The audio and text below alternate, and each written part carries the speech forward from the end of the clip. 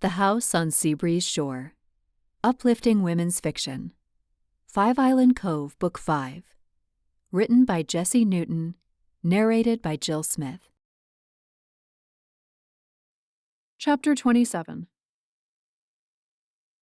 Kelli listened to Alice detail that since her mother was the primary beneficiary of the will, anything she'd have done when her father had died could still be applied. She would have taken his name off bank accounts, Alice said.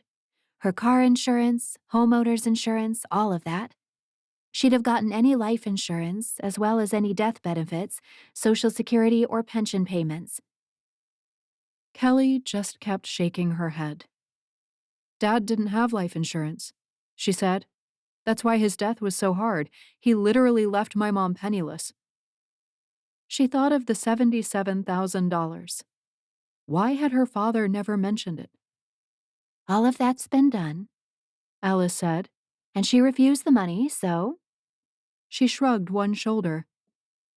I did draw up a one-time agreement between you and your sisters that spells out where the money is coming from, that your mother doesn't want it, and that the three of you are agreeing to split it, and we'll list exactly how much each of you will get. Okay, Kelli said. Everyone will sign it, including your mom, and then the money will be distributed. Alice looked up from her clipboard. Do you have the money? Not here, Kelli said. It's still in the house on Seabreeze Shore. I'll need it, Alice said. I'll deposit it into an escrow account and we'll pay from there. That way, everything is done legally for everyone involved. Not that I think you'll have any problems with Sabrina or Heather, but I personally think it's better to be safe in this situation. Okay, Kelli said again, starting to get overwhelmed. She swallowed and shook her head. She wasn't going to get overwhelmed by this. Alice was going to take care of it. I can send everything electronically, Alice said. I use a program for that, and it's a few taps and done. No one has to come here. Kelli nodded, a trickle of relief filtering through her. I do that all the time for my freelance contracts, AJ said, squeezing Kelli's hand. Alice noticed the moment and paused in her speech. What do you think about that list of names? She asked, her eyes locked on AJ. Kelli wanted to jump to AJ's defense, but she bit back the words. They exchanged a glance because they'd been talking for hours about this very thing. I don't know, honestly, AJ said. I think Guy made it for something, or someone. Someone? Alice asked. There's writing on the back of the folder, Kelli said, bending to retrieve it from the coffee table where she'd put it. We're not sure what it means. She handed the folder to Alice, who examined the back of it, her eyebrows shooting up. They immediately folded into a frown, and Kelli watched her tilt the folder to catch the light, too. Keep the glassworks, she said. Could he have known Joel was the one who bought it out from under him? So what? Kelli asked. He was going to give Joel a list of names? Maybe. Alice put the folder down, still eyeing it. She cleared her throat and folded her hands on the clipboard resting on her knees. We know that Joel She cleared her throat again. hit on Amelia. What if Guy was providing him a list of girls and women who might be open to that? Why would I be open to that? AJ demanded, her eyes hard as rocks. Her grip was, too, and Kelli tried to let go of her hand. She's not saying you are, Kelli said, but maybe my dad thought you would be. It wasn't exactly secret that you slept with a lot of boys. AJ glared at Kelli next, and she almost shrank away from her.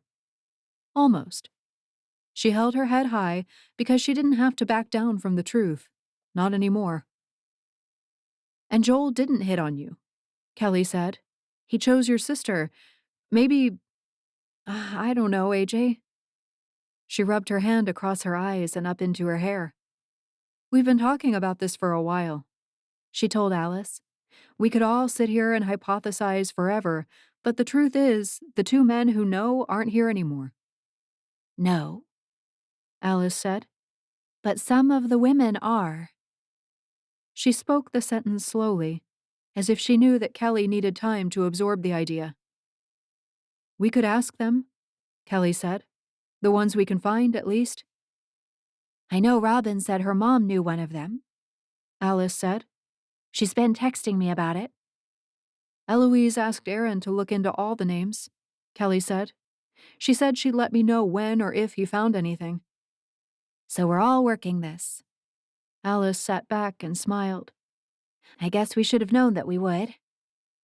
"It's what we do," AJ said quietly. She did release Kelli's hand then and got slowly to her feet. "Where are you going?" Alice asked, rising to her feet too. Kelli was glad she wasn't the only overprotective one. "I'm allowed to walk into the bathroom," AJ said, smiling at Alice. "Be right back." She lumbered away, and Kelli wanted to tell her she was going to get twice, maybe 3 times as big as she was now, but she didn't have the heart. "How do you think she's doing?" Alice asked, also watching her. "She's fine if she thinks we believe her." Kelli bore the weight of Alice's eyes as she swung them toward her. "You don't believe her?" "I do," Kelli said. "It's important that we all tell her we believe her." "I will," Alice said. AJ had some problems as a teen, but she would have never done that. "I know." Kelli switched her gaze to the folder, wishing something so small and so mundane didn't hold such great power over her. "Real quick, how's Arthur? Just between you and me. When are you seeing him again?" "Dinner tonight?" Alice said, a new light coming into her dark gaze. "You? How's Shad?" "Good," Kelli said, warmth flowing through her. "He's picking me up here when he gets off this afternoon. Dinner tonight for us, too." "Good for you, Kel." Alice grinned at her and looked down at her list. "I think I covered everything dealing with the will." "Okay," Kelli said. "Thank you, Alice. I'll bring the money tomorrow when I come to work. I'll pay you from it for your time and trouble." "Don't be silly." Alice waved her hand. "We're best friends." Kelli watched her, and a year ago, she would have kept her money. This year, Kelli knew Alice wasn't much better off financially than she was. "You'll have to set up the bank account, deal with the paperwork, distribute the money. I'll pay you." "Let's say $300. Alice said. Is that fair?" "Yes." Kelli agreed instantly. "You can keep it from the cash, like I said. Okay?" Alice nodded and glanced at her phone as a message popped up. "It's Robin." "Maybe we could go shopping this afternoon," Kelli said. "If we're done here, I think AJ needs a nap, and I have money to spend on beds and couches." Alice's face lit up again, because the woman loved shopping. "Let's see what Kristen and Robin are doing," she said. "Eloise will be at the inn, and I know Laurel is on Sanctuary too." "We can put out the invite on the group text," Kelli said, "even though it's last minute." She liked getting invited, even though she couldn't attend 90% of what her friends did. She simply wanted to know they'd like her to be there if she could. She started typing. "I'll do it," "Okay." Alice said, obviously distracted by Robin's text that had come in. Kelli sent the message and looked up. "Done." Alice's frown had deepened, and when she looked up, her eyes held trouble. "You guys will have to go without me." She got to her feet. "I just remembered I have a call at 3 I forgot about." Kelli heard the lie, but Alice left so fast Kelli couldn't even think of a question to ask. She looked toward the front door and then the hallway AJ had gone down to use the restroom. She hadn't come back yet, and it had been several minutes. Worry needled Kelli, but the group text on her phone went off several times. "Working," Laurel said. "Have fun." "Me too," Eloise had said. "Send pictures." "I can come," Kristen had said, and Kelli did want to see her. Her smile filled her face as Robin said, "I would love some retail therapy. I just need about 30 minutes to finish up with something. I can meet you there?" "Yep," Kelli said, and she looked back down the hall. AJ still hadn't returned, and Kelli didn't want to leave without saying goodbye. She picked up the folder and slipped it into her purse. She walked over to the office and knocked on the open door. "Matt?" she asked. He turned from his computer and pulled out one of his headphones. "Hey, Kelli." He got to his feet and stretched, his t-shirt lifting up above the waistband on his gym shorts. "Where's AJ?" "She went to the bathroom several minutes ago," Kelli said. "I have to go, but I thought you'd want to know." He looked in the direction the hall led, but of course he couldn't see through the wall. "Okay," he said. "I'll check on her and tell her you're leaving." "All right." Kelli waited while he went down the hall and into a bedroom. He didn't come right back, and Kelli's nerves began fraying along the edges. She texted AJ, "Are you okay?" She didn't respond. Finally, Matt came out into the hall. He wore a guarded look and said, "She's not feeling well, Kelli. She said she'll call you later." Kelli nodded, wondering what she'd said or done to upset AJ after being there practically all day. Perhaps it had been something Alice had said or done. "Thanks, Matt," she said, and she stepped out onto the porch. She tapped to call a rideshare, and then she tapped to call Kristen. "I'm coming to you," she said. "I can give Parker a squeeze and then we can go, okay?" "Okay," Kristen said. "What about Robin?" Kelli went down the front steps, her intuition so much better than it had once been.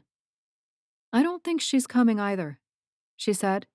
"It's probably just going to be me and you." "Sounds good to me," Kristen said. And Kelli had to agree. She did want to know what was going on with Robin and Alice, but she could be patient. After all, nothing stayed secret for very long between their group of women. Chapter 28. Robin didn't know what to do besides what she'd already done. She'd calmed Mandy and got out the chocolate ice cream, hot fudge, and canned whipped cream. The only reason they had those particular pick-me-ups was because Robin had gone grocery shopping that morning. She'd splurged with the ice cream and whipped cream, and she'd used her homemade hot fudge to help get the story out of Mandy. "I just don't believe it," she said again, though the drama had unfolded already and Mandy was safely tucked away on the couch, a movie on and a blanket over her feet. Jamie had said she'd watch out for her, and Robin had come back into the office to get some more work done. Nothing more had been accomplished, though. She'd texted Alice several times, and the woman hadn't texted back. Robin looked at her phone. "Mandy is really upset about Charlie. I guess she thinks he broke up with her, even though he didn't say those words. Do you know what's going on?" When Alice didn't respond, it was because she didn't want to.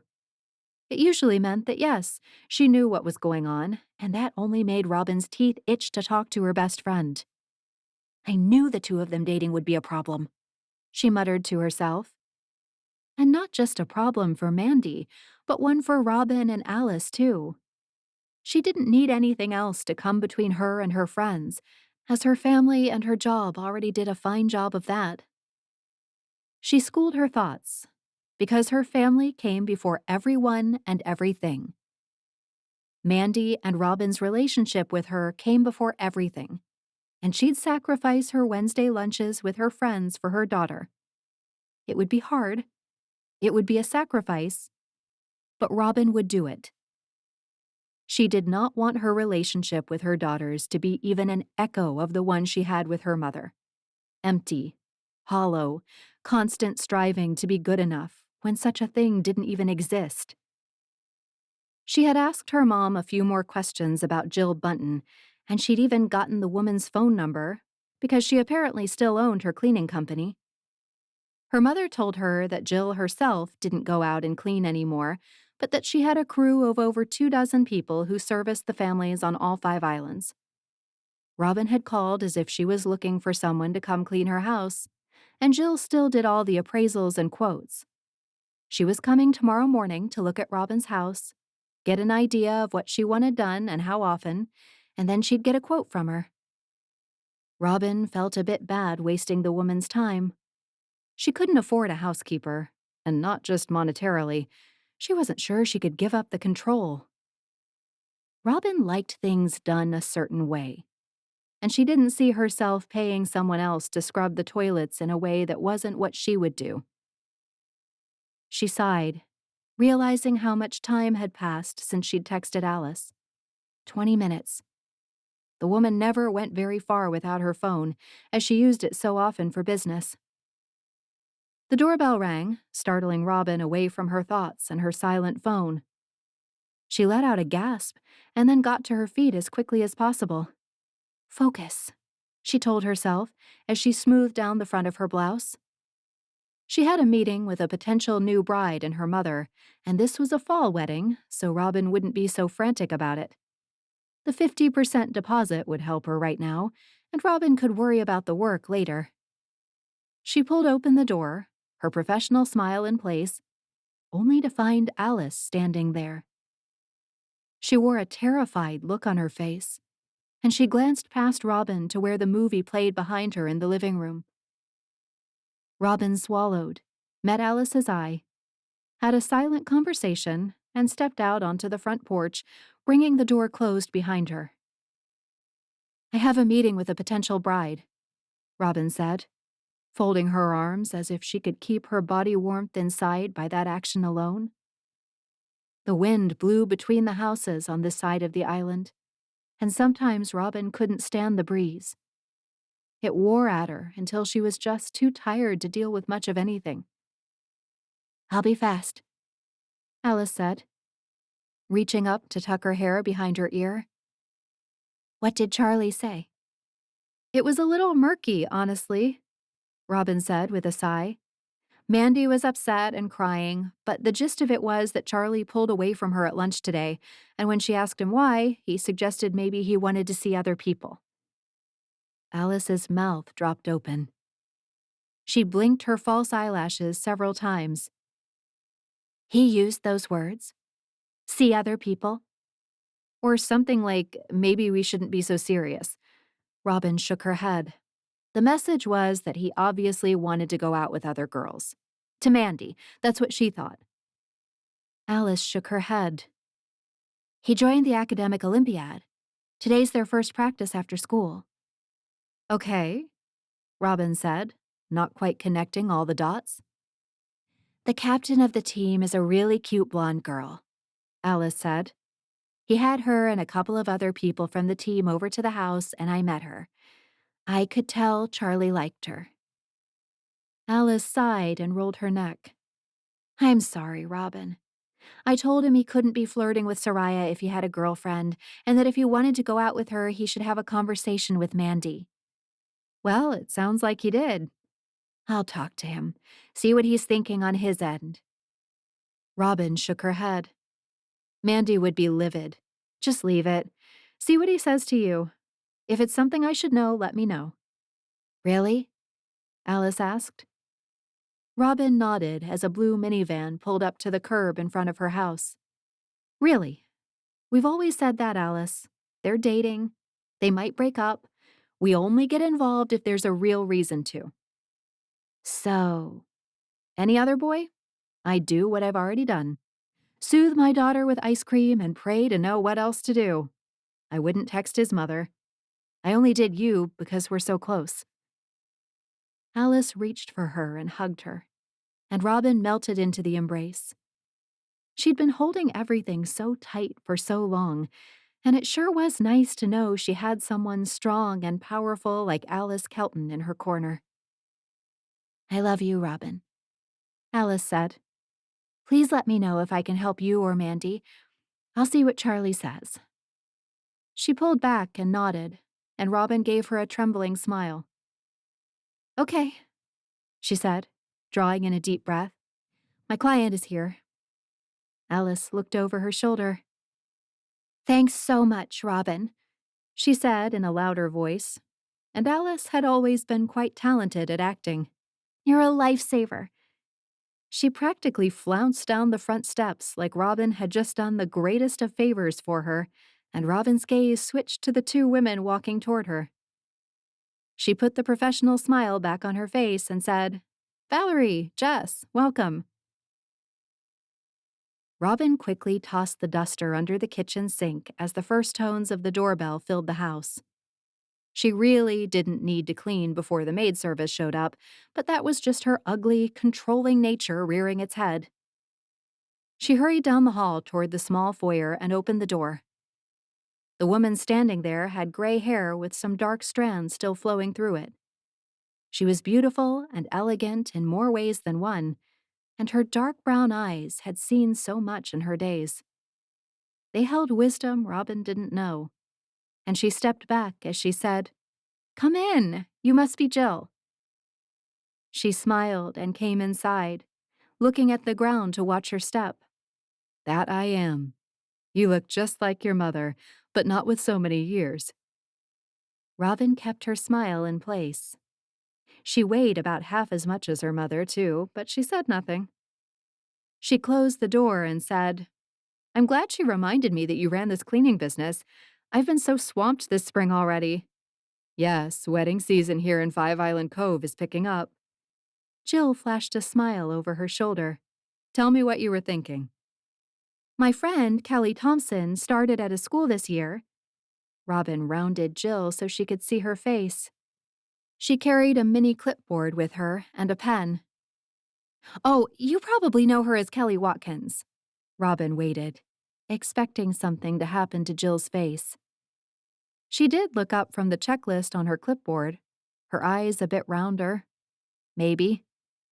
"I knew the Watkins, yes," she said, but Robin couldn't be sure if her voice was cooler or not. "It seems everyone did," Robin said. "Guy was like a local celebrity, what with doing all those pieces in Washington." She increased her smile, if that was even possible. "Kelly was one of my best friends. She was so proud of him." "I cleaned the glassworks for a few years," Jill said, practically feeding Robin the opening she needed. "Oh, you did? That must have been fascinating." "Seeing all the pieces in various stages of completion was interesting," Jill said, giving Robin a closed-mouthed smile afterward. "What were you thinking for your house?" "I honestly don't know," Robin said. "Tell me what you can do." Jill started to detail that her ladies could come every week or every other week. They could do a variety of household tasks, including laundry and appliance cleaning. Robin said she just wanted the floors done, the office, the kitchen, all the bathrooms cleaned, and the bedrooms vacuumed. "Let me work up a quote," Jill said. "How many square feet is the house?" 2,200, Robin said. "No one really uses the bedrooms upstairs. I don't think we need those done." "Stairs? Swept and mopped?" "No," Robin said. "If we go up there, I can do that." Jill nodded, and Robin's phone chimed.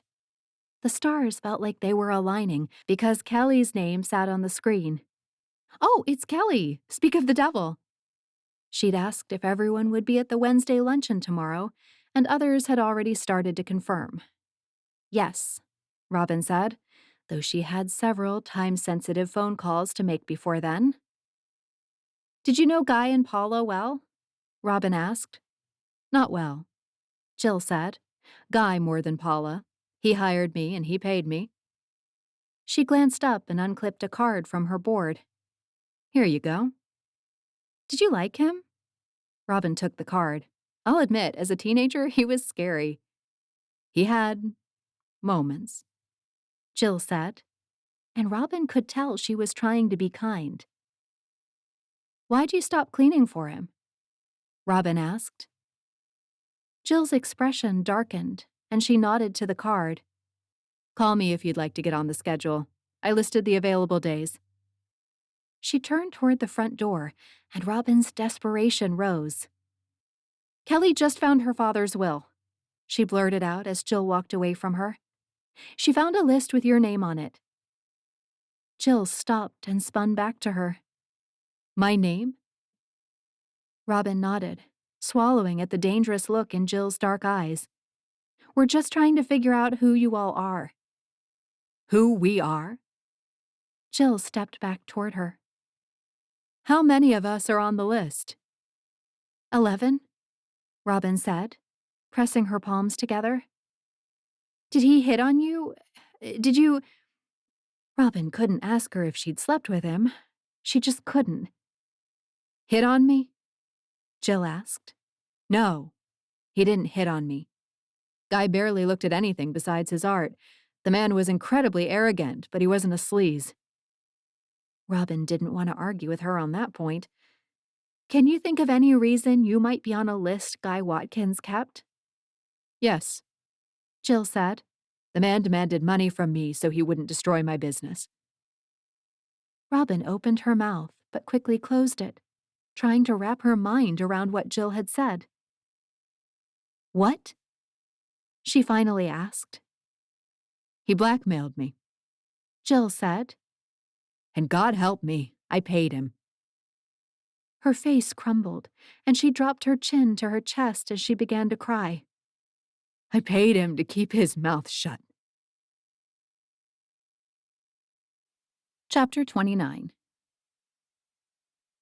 Laurel sat back down on her bed, tucking one leg underneath her. She took a bite of her caramel cashew ice cream and looked at the papers she'd spread out.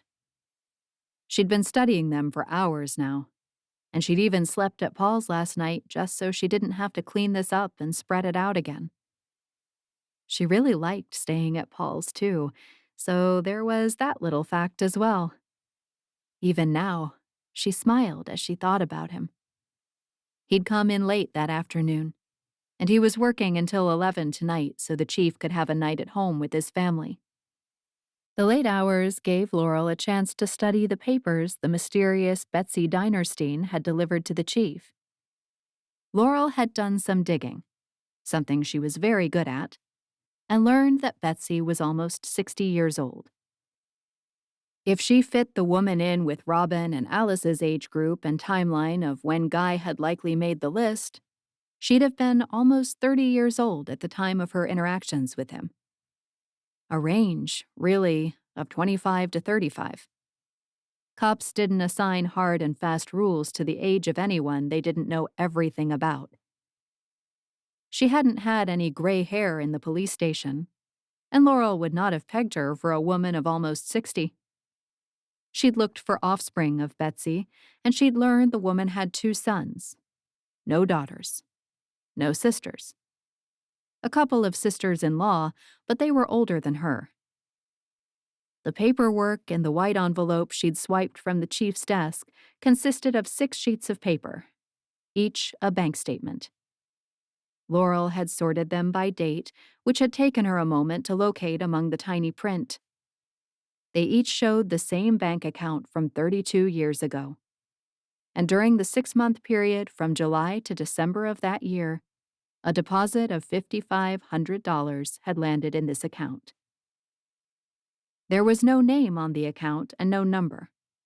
Anyone could have typed up this list of items in a spreadsheet, though Laurel had analyzed bank statements before, and they looked like this. The other items in the account were what had Laurel eating ice cream and peering down at the pages. She could learn a lot about a person based on what they chose to spend their money on. She was sure Alice's bank account showed withdrawals for pizza and other fast food or dining out, as the woman didn't cook very much. Someone like Robin would have a higher grocery bill, and she'd have transactions from the home goods store or the florist, as Laurel had literally never been to her house and seen the same pillows twice. Robin always had fresh flowers on the table next to the front door, and Laurel knew whoever's bank account she'd been looking at for the past 2 days wasn't anything like Robin. Utilities got paid from this account. Groceries, though surely not as many as Robin bought. Very little in the way of restaurants or specialty shops. This person bought from the hardware store often, and Laurel had marked those buys with green highlighter. She couldn't tell what they'd bought at the hardware store, but she'd put out a call to Kohl's and learned that the code at the end of the transaction belonged to the branch of the hardware store on Belle Island. This person wrote quite a few checks, which was very normal for the late 80s and early 90s. A lot of people didn't have debit cards, as they hadn't been as widespread then as they were now. Unfortunately, Laurel couldn't tell who or what the checks were for. All she could see was the number and the amount. Every time the $5,500 had been deposited, within 3 days, a check for the same amount had gone out of the account. Sometimes the very next day. Sometimes 2 days, but never more than 3. She believed this was Guy Watkins's account, but she had no way to prove it. Leaning back, she finished her ice cream with her eyes trained on the ceiling. She needed time to think, and there was nothing that spurred her brain cells more than caramel. She wasn't sure what these documents proved, other than that someone had been paying Guy Watkins, if he was indeed the owner of this bank account, $5,500 for 6 straight months. 30 years ago, that was a lot of money. Heck, it was a lot of money now, more than Laurel made in a month of patrolling the streets of Sanctuary Island. That money could account for half of what Kelli had found in the lockbox beneath the floorboards. He could have been writing the checks to cash, Laurel said. In her opinion, that was the most likely scenario. It would be the easiest way to get the money out of the bank, and it fit the statements. Sighing, she reached for her phone. Aaron's line rang, and Laurel knew he'd answer.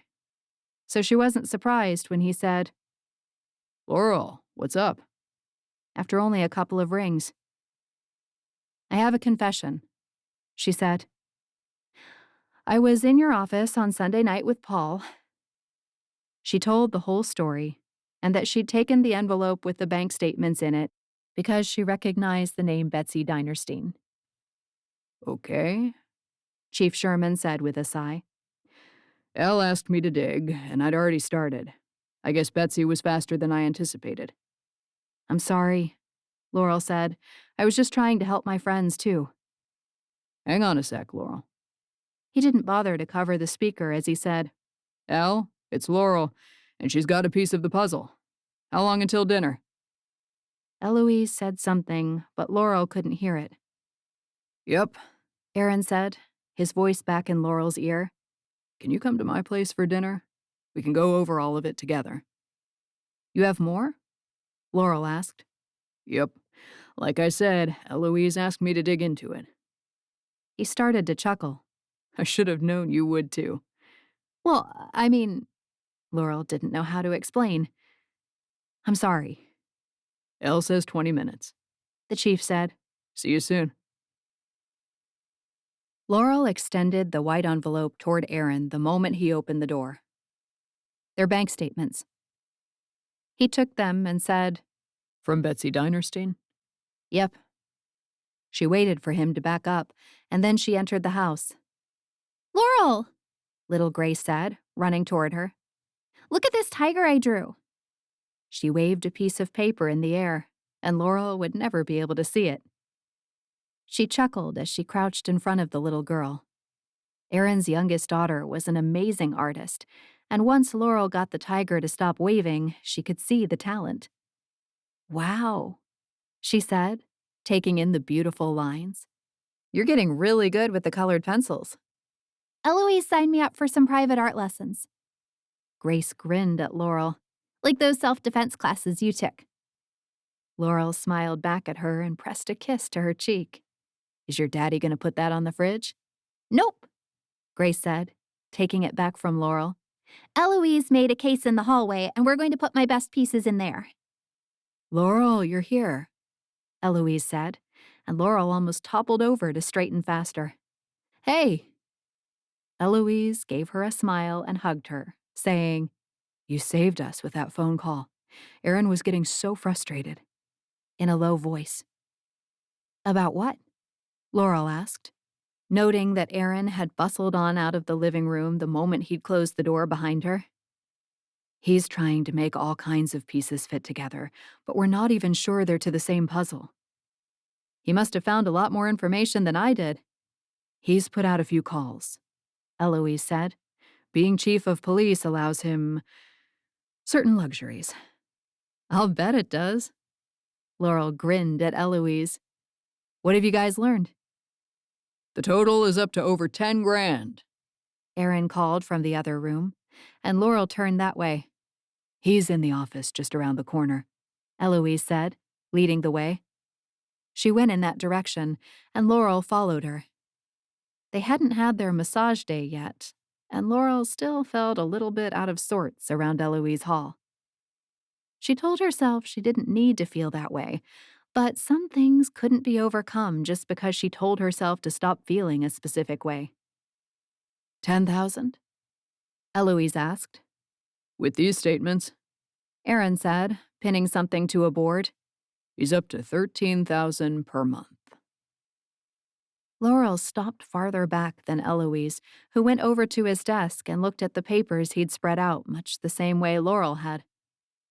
He'd organized the board into months, each one labeled for a 15-month period, ending with a yellow sticky note that listed the date Guy Watkins had died. These only go for 6 months, he said. He's smart to not let them carry on for too long. But this is the biggest amount we've seen yet.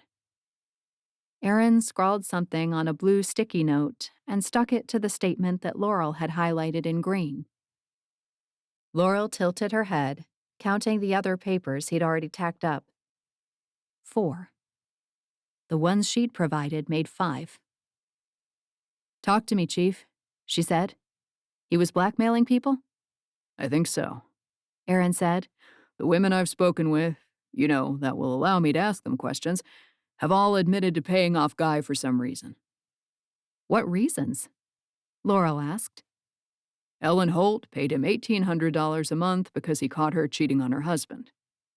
She was Kelly's next-door neighbor for a long time, Eloise explained. The payments stopped when her husband filed for divorce. Did Guy tell him about the cheating? Laurel asked.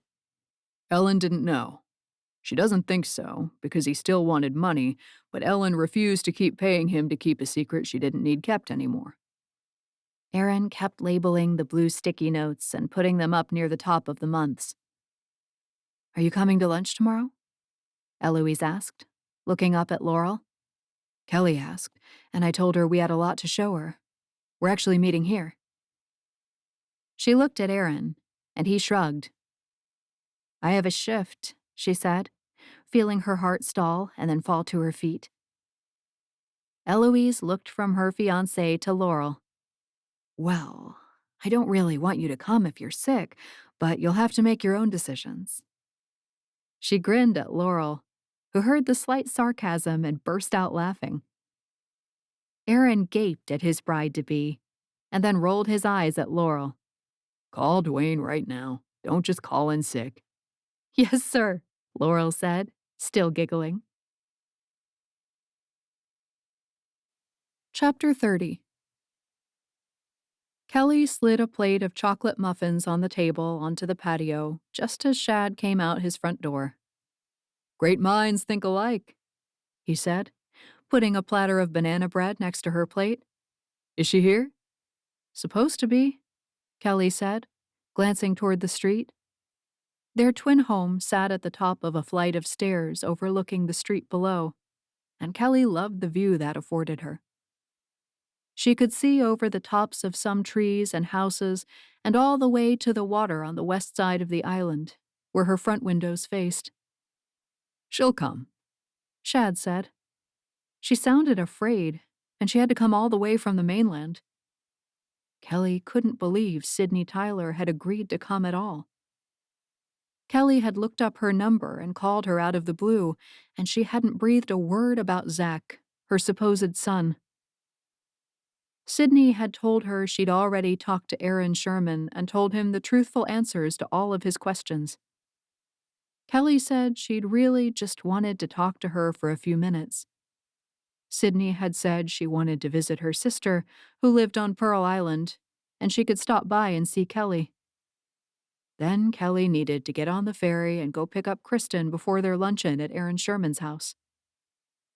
It was a deviation from their normal Wednesday luncheon at one of the better restaurants in Five Island Cove, but everyone had committed to being there.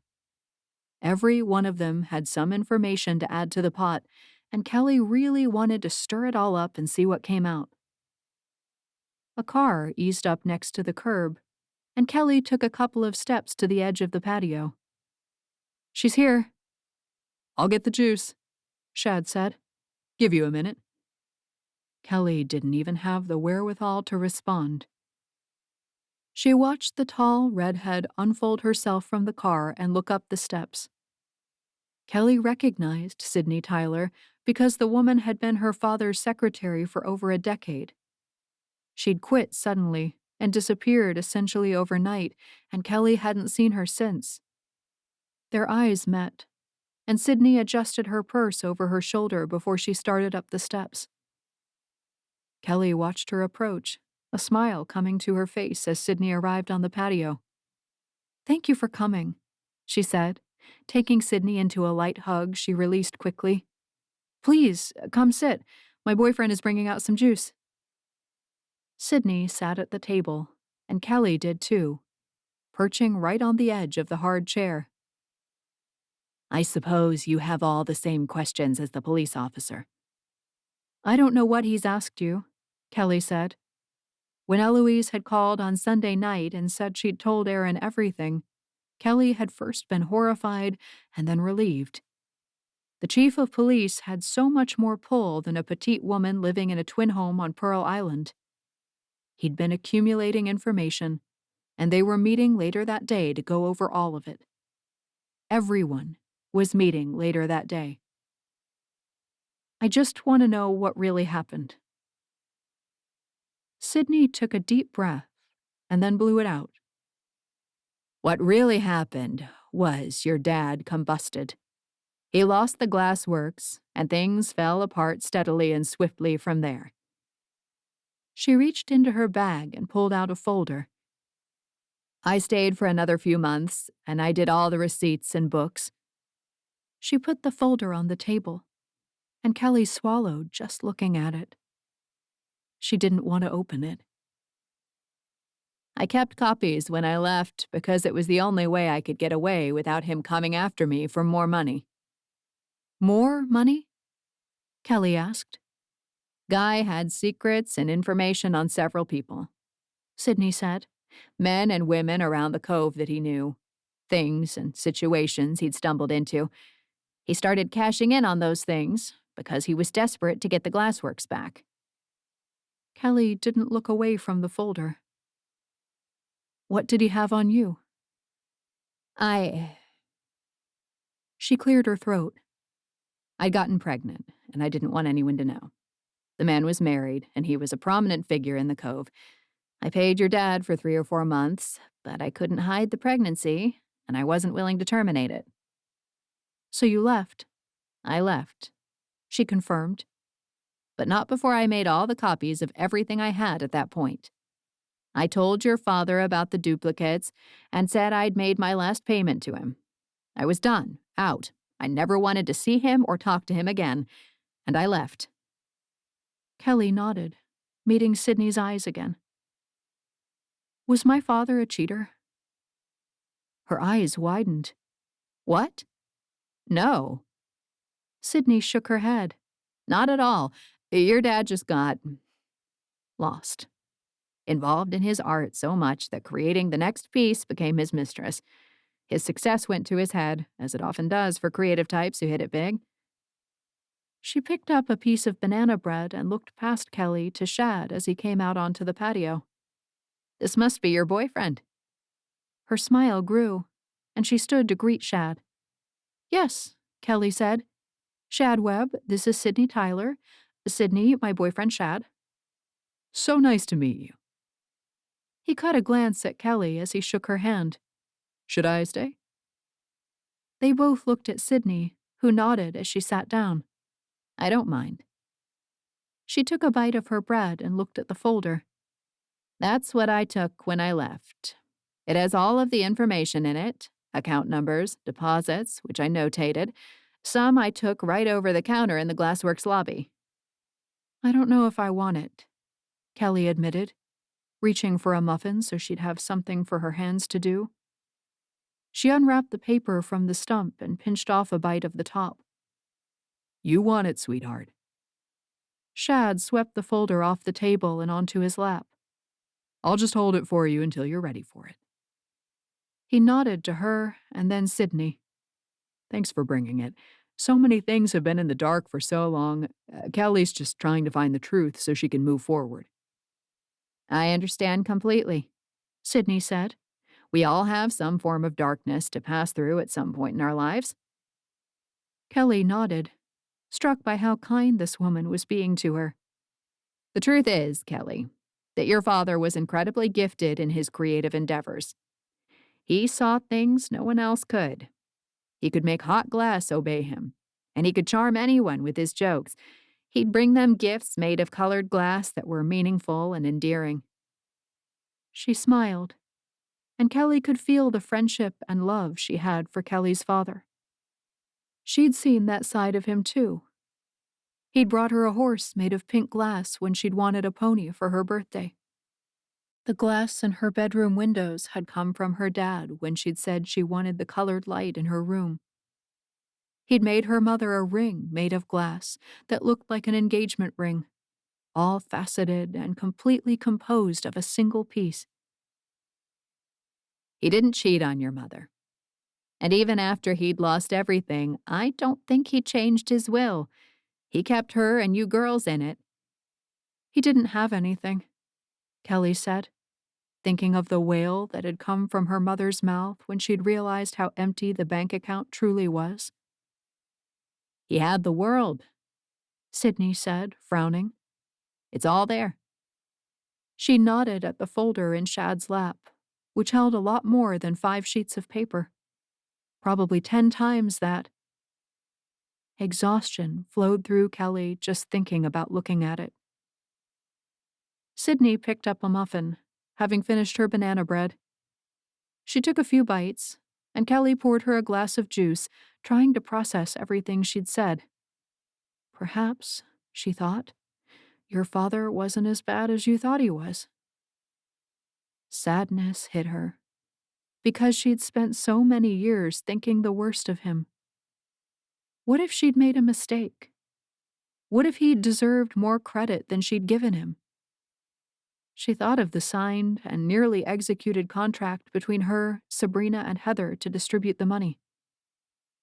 If her mom knew the truth, perhaps she'd be more willing to accept her ex-husband's money. Kelli felt like she was contained inside a mist of darkness, with a dim light down the road.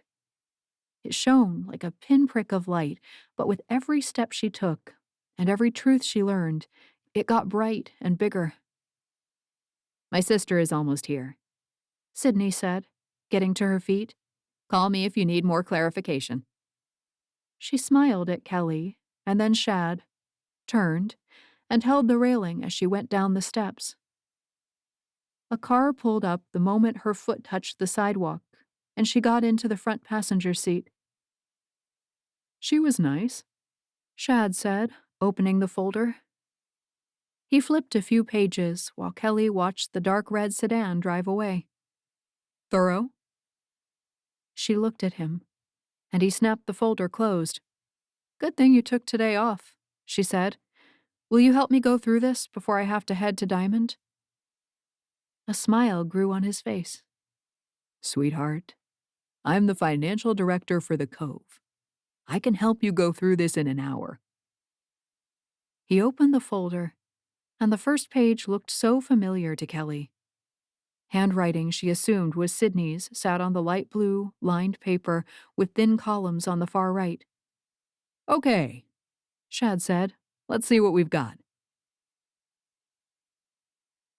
Kelli finished her coffee and looked up as Kristen returned from her bedroom. Ready? She asked. Yes, Kristen said. Kelli stood up and put her coffee mug in Kristen's sink. I hope I don't lose my job. I've taken so much time off in the past couple of weeks. You'll be okay, Kristen said. You call in and get a sub. Kelli nodded, her nerves like beating drums in her ears. They pulsed through her veins, and they hadn't stopped since she'd found the lockbox days ago. I'm going to owe Jean so much more than a gift basket from the bakery, she said, her eyes suddenly filled with tears. Jean loves you and Parker, Kristen said. She's so happy to help. Kelli nodded and took a deep breath. Okay. How's the house hunting coming? I actually talked to a realtor on Monday afternoon, Kristen said. She came yesterday to look at my house, but I can't sell it. It comes with the lighthouse, and Ruben's not leaving. I see, Kelli said, watching the older woman's face. Can you afford— Oh, never mind, that's rude to ask. I have some money from Joel's life insurance. Her voice trailed off through the whole sentence, and Kelli met her eye. You can talk about Joel in front of me? Can I? A blazing fire entered her eyes. That man took so much from all of us. He's still doing it, Kelli.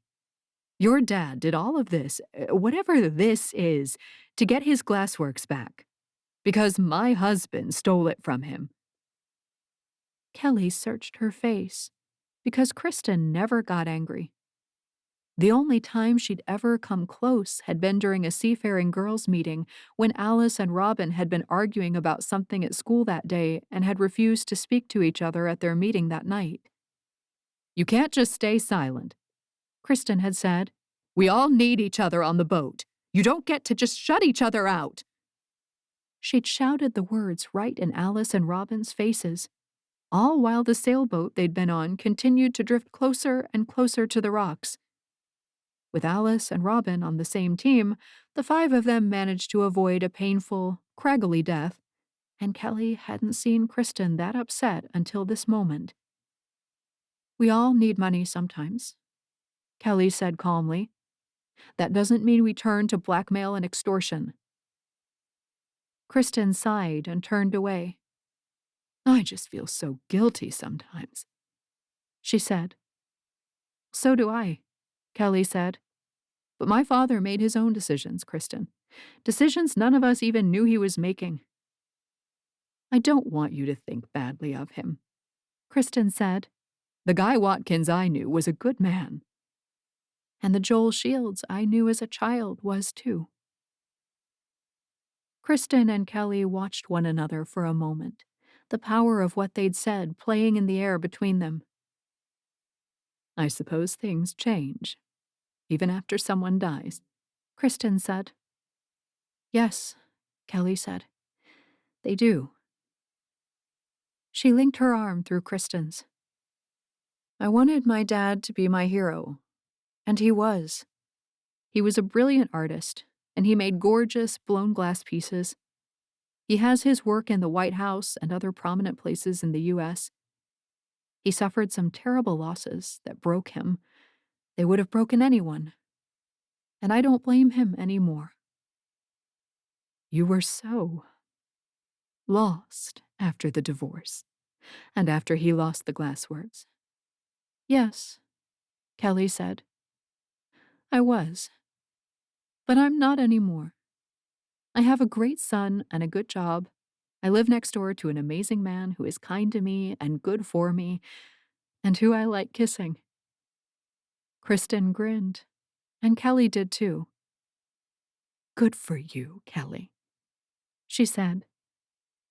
After opening the door, Kristen gestured for Kelli to leave first, and then she stepped out and pulled the door closed behind her. I guess we can't put off going any longer, Kelli said. Not if we want to hear what Chief Sherman has found, Kristen said. And Kelli, we want to know what he's found. Yeah, Kelli said. I have something to add to it, too.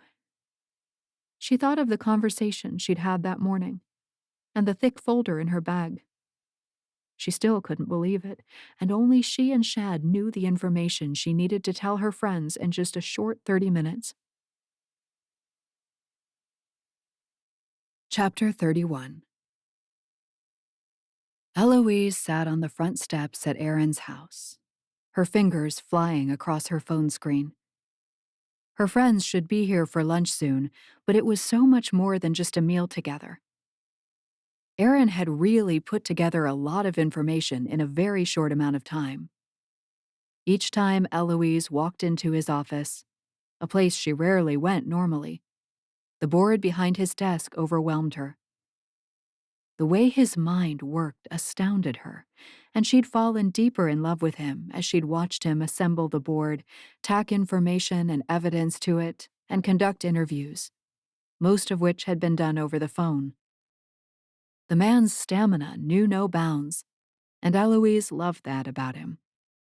At the same time, he could sit down with her in the evening and just be, and she liked that too. She looked up at the first sounds of a car's engine and stood as Robin pulled into the driveway with Alice and AJ in the minivan with her. The three of them got out, each of them talking over the other. Fine, fine, Alice said. We'll ask Eloise. Ask me what? She asked, glancing from Alice to Robin, who had her blonde hair curled and perfectly styled today. She wore a pair of skin-tight skinny jeans and a flowing white blouse with big, splashy starfish on it in blue and purple. Eloise instantly felt underdressed in her black slacks and simple tunic top. She didn't need to be fancy for her work at the Cliffside Inn, but she felt professional enough in the wide-leg slacks. Alice always looked straight out of the pages of a fashion magazine, even with her reduced income. Today she wore a t-shirt dress that barely skimmed mid-thigh, with a pair of black leggings underneath. She'd pulled on knee-high boots over those, and she too wore more makeup than Eloise went through in a month. AJ alone looked like she'd rolled out of bed and brushed her hair. She wore a gray pair of sweatpants and a maternity shirt that had a bullseye on the front of it. She still had 4 months left in her pregnancy, but since she was normally so slim, the baby poked straight out from her body. Alice wants to know who came up with the idea of the free-for-all, Robin said as she approached at quite the stride for her. Almost like if she reached Eloise first, she'd win. Free-for-all, Eloise mused, taking Robin into a quick air hug and kissing her cheek. I think that was you, wasn't it? It was not, Alice said. It was AJ because she told everything all the time anyway. It sounds like something I would do, Robin said. I always wanted to know the juiciest gossip back in high school. Alice's eyebrows went up in challenge, but to her credit, she said nothing. Eloise was thinking the exact same thing, though, and she couldn't meet Alice's eyes for fear she might burst out laughing. Robin wanted to know the juiciest gossip even now. She loved being in everyone's business, and she was good at problem-solving and helping Eloise come to different solutions. She listened to others, too, so having Robin's mind hard at work on something wasn't necessarily a bad thing. I brought the sushi roll, AJ said, bypassing the other two women and pressing her cheek to Eloise. Thank you so much for putting this all together for Kelli. Yes, Robin said, jumping in. Did she seem upset that you told Aaron? No, Eloise said, finally stepping over to hug Alice hello. Back in high school, Alice whispered, and Eloise grinned as they parted. Aaron didn't keep anything a secret this time. He said last time caused too many problems, so we called Kelli and talked to her on Sunday night before he even really got started. Good idea, Alice said. We got everything sorted with the money and her sisters. They went up the steps last, catching up to AJ, who panted like she'd never seen stairs before, and into the house. We're eating in the office, Eloise said. Turn left at the corner and then another hard left. Aaron had opened both French doors that led into his office off the dining room and kitchen area, and he'd set up a 6-foot table and 7 chairs for Eloise before he'd left for the station that morning.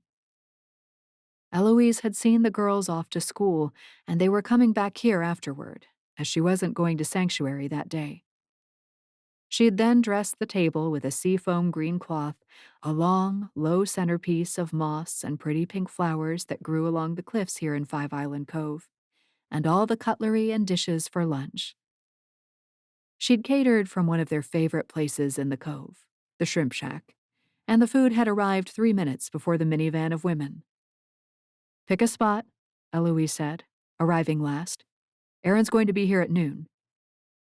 That gave them a half an hour to eat, Then Aaron was going to go over the board that Eloise's eyes went straight to. Alice noticed it, and she paused inside the doorway, her eyes glued to the back wall. My word, she said. The chief of police doesn't waste any time, does he? What? AJ asked, and Alice pointed to the board. Goodness, Robin said, dropping her purse onto the back of a chair and facing the wall too. She moved toward it, and Eloise didn't say anything. She'd seen the board as Aaron had built it. She'd listened to him detail the amounts of money, when they'd started, who they'd come from, and how long they'd continued. He had statements from some of the women, and he had pictures of them too. He had color-coded each one, and he'd put up new sticky notes with new amounts of money every time he learned something new. $13,000, Robin said. September 1985 was a very good month for Guy. The level of sarcasm in her voice could have filled a stadium, and Eloise frowned. You shouldn't talk like that when Kelli gets here, she said. Robin turned, her eyes wide. Of course, I won't. Hello? She's here, Eloise said, spinning to leave the office and go greet Kelli. She and Kristen were coming together, and sure enough, Eloise found the pair of them cresting the top of the steps. Come in, Eloise said, glad she'd left the front door open. We're having lunch in the office. Aaron's got all of his stuff in there. She met Kelli in the doorway and gripped her tightly. Kelli held on to her too, and the bond between them solidified and strengthened. Thank you, Elle. I don't know what I'd do without you and Aaron. You'd be fine, Eloise said. Things just might be slower. She smiled at Kelli as she stepped back, noting the anxiety in Kelli's green eyes. Kristen, how did the meeting with the realtor go? She let Kelli walk by, and then she embraced Kristen. Well enough, Kristen said into Eloise's shoulder. She's going to be looking for some places for me to look at. Condos? A single house? Eloise held her at arm's length and looked at her. There are some nice 55-plus apartments going up on the South Beach on Sanctuary. Right by the ferry station, Kristen said. Talia mentioned those. She's going to be putting together a list, and we'll start searching when she's ready. I'm glad you're doing this, Eloise said. It's time, Kristen agreed, smiling as they turned and walked through the foyer to the back of the house. Okay, Eloise said. Let's eat. All the food is in here. Laurel's not here, Alice said. She texted to say she missed the 11:10 ferry, Eloise said. Something about a difficulty with someone they pulled over this morning. I thought she was taking the whole day off, Robin said, joining everyone in the kitchen. Hugs and greetings went around as Eloise said, she couldn't get a sub to take her morning slot. She'll be here, and she was here last night. She said not to wait for her. She picked up a plate and handed it to Kristen. The older woman went first through the line, and Kelli fell into step behind her. The chatter continued, and Eloise contributed by saying, Laurel and I are going to do massages on Sunday morning. I think she thinks I don't like her much. She does, Alice said. Because of something I didn't really get? Something about you thinking she was cheating with Aaron? What? AJ asked. Why would Laurel be cheating with Aaron? She's not, Robin said, shooting a glance at Eloise. Eloise had told Robin all about the whole fiasco a couple of weeks ago, and it sounded like Laurel had said something to Alice about it too. You thought she was? Kelli asked. Yes, Eloise said. I did. She quickly explained the situation while they loaded their plates with crab cakes and put together shrimp tacos with the cabbage, cilantro, and toppings they each wanted. I didn't realize she felt so left out, Eloise said. There's always been a distance between us that I could feel. I'm trying to bridge that. Why does it matter to you? Kelli asked. She works for Aaron, Eloise said. I don't want things to be awkward for either of them. They moved into the office and took spots at the table. Eloise looked down to the end, to the only remaining spot. It did feel strange not to have Laurel there with them. She did fit with them, despite the age difference and that she hadn't grown up with them. Eloise thought if she could put up with them, more power to her. She smiled at that thought and lifted her first shrimp taco to her lips. I love the tartar sauce at this place, Alice said around a mouthful of food. it's so much better than anywhere else. I think we should have a free-for-all, AJ said. Remember when we did that one time? No way, Kelli said. I'm already in a free-for-all. I have nothing else to add to my drama. The room fell silent for a moment, and Eloise watched Alice and Robin zero in on Kelli. I think she does, Robin said. Yes, Alice said. I'm sure it has something to do with Shad. She dropped her eyes to her plate. I veto the free-for-all. It's too much right now. Eloise silently agreed, and she would have vetoed on Kelli's behalf, too. She didn't want to have to spill all of her secrets either. In her opinion, free-for-all was a game teen girls played when they slept over at one another's houses. The 6 of them were way past that. Fine, AJ said. I just think there's things that need to be said. If you have something to say, Robin said. say it.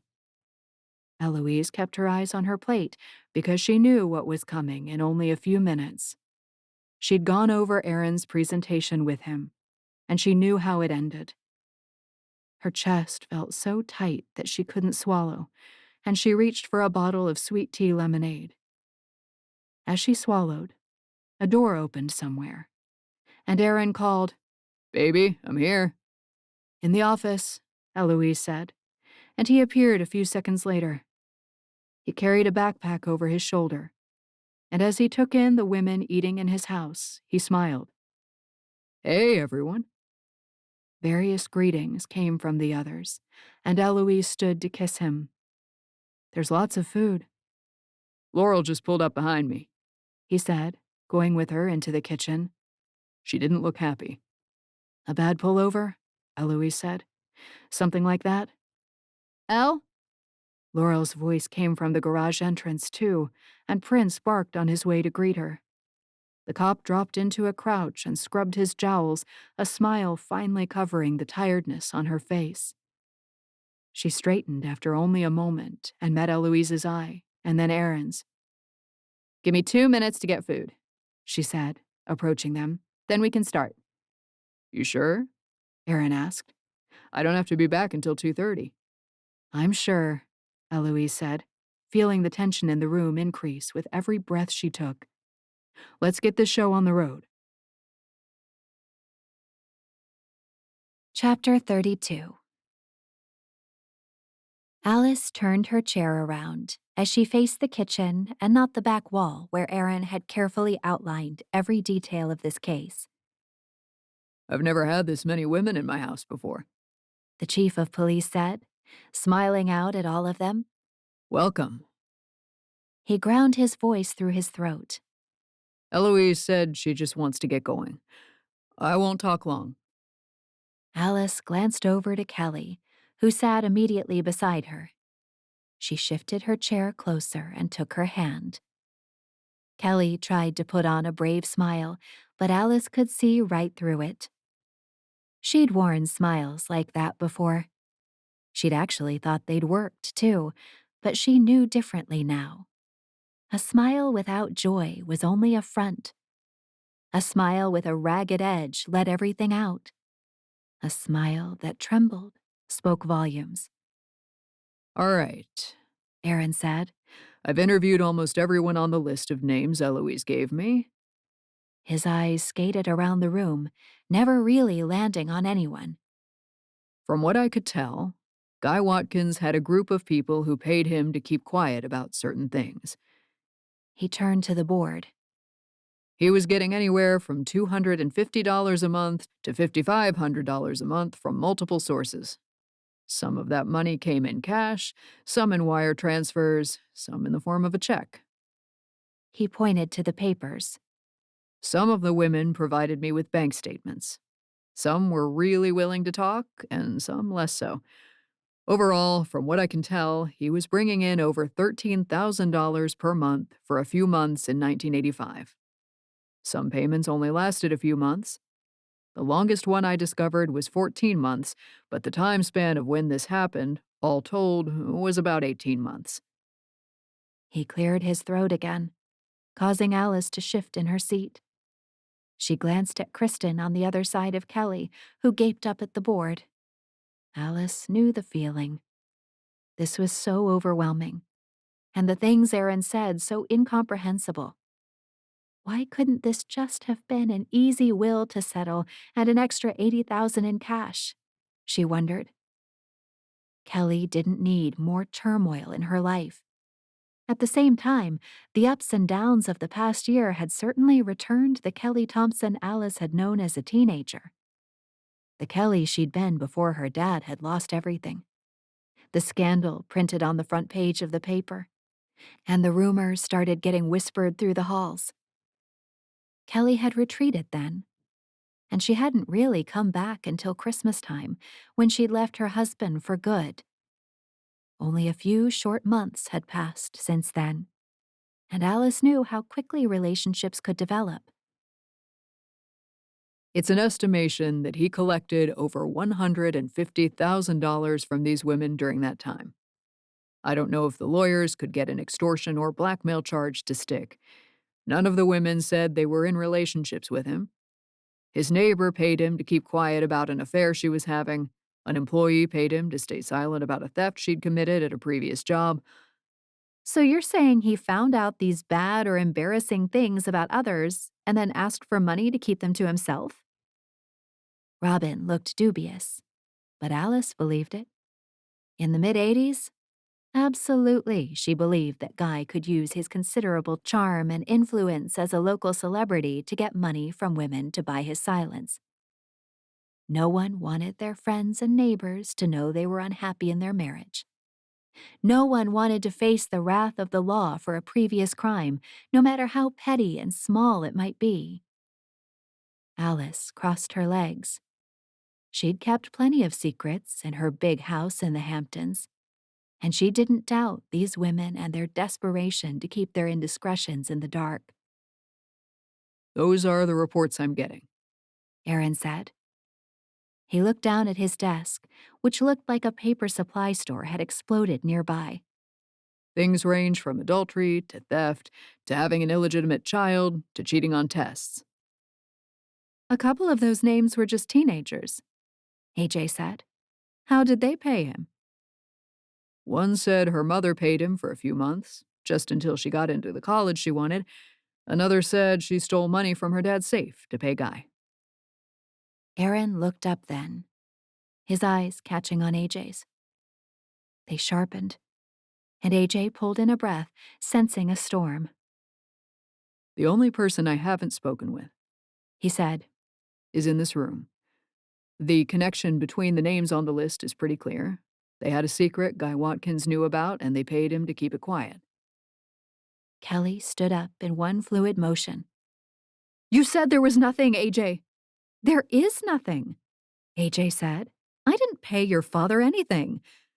Her chest rose and fell, but she didn't stand up. Sit down, dear, Kristen said, tugging on Kelli's hand. Alice didn't know what to do.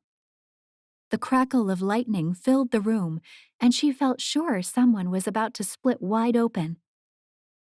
There's something, AJ, Kelli said, her voice nearly silent and oh so deadly.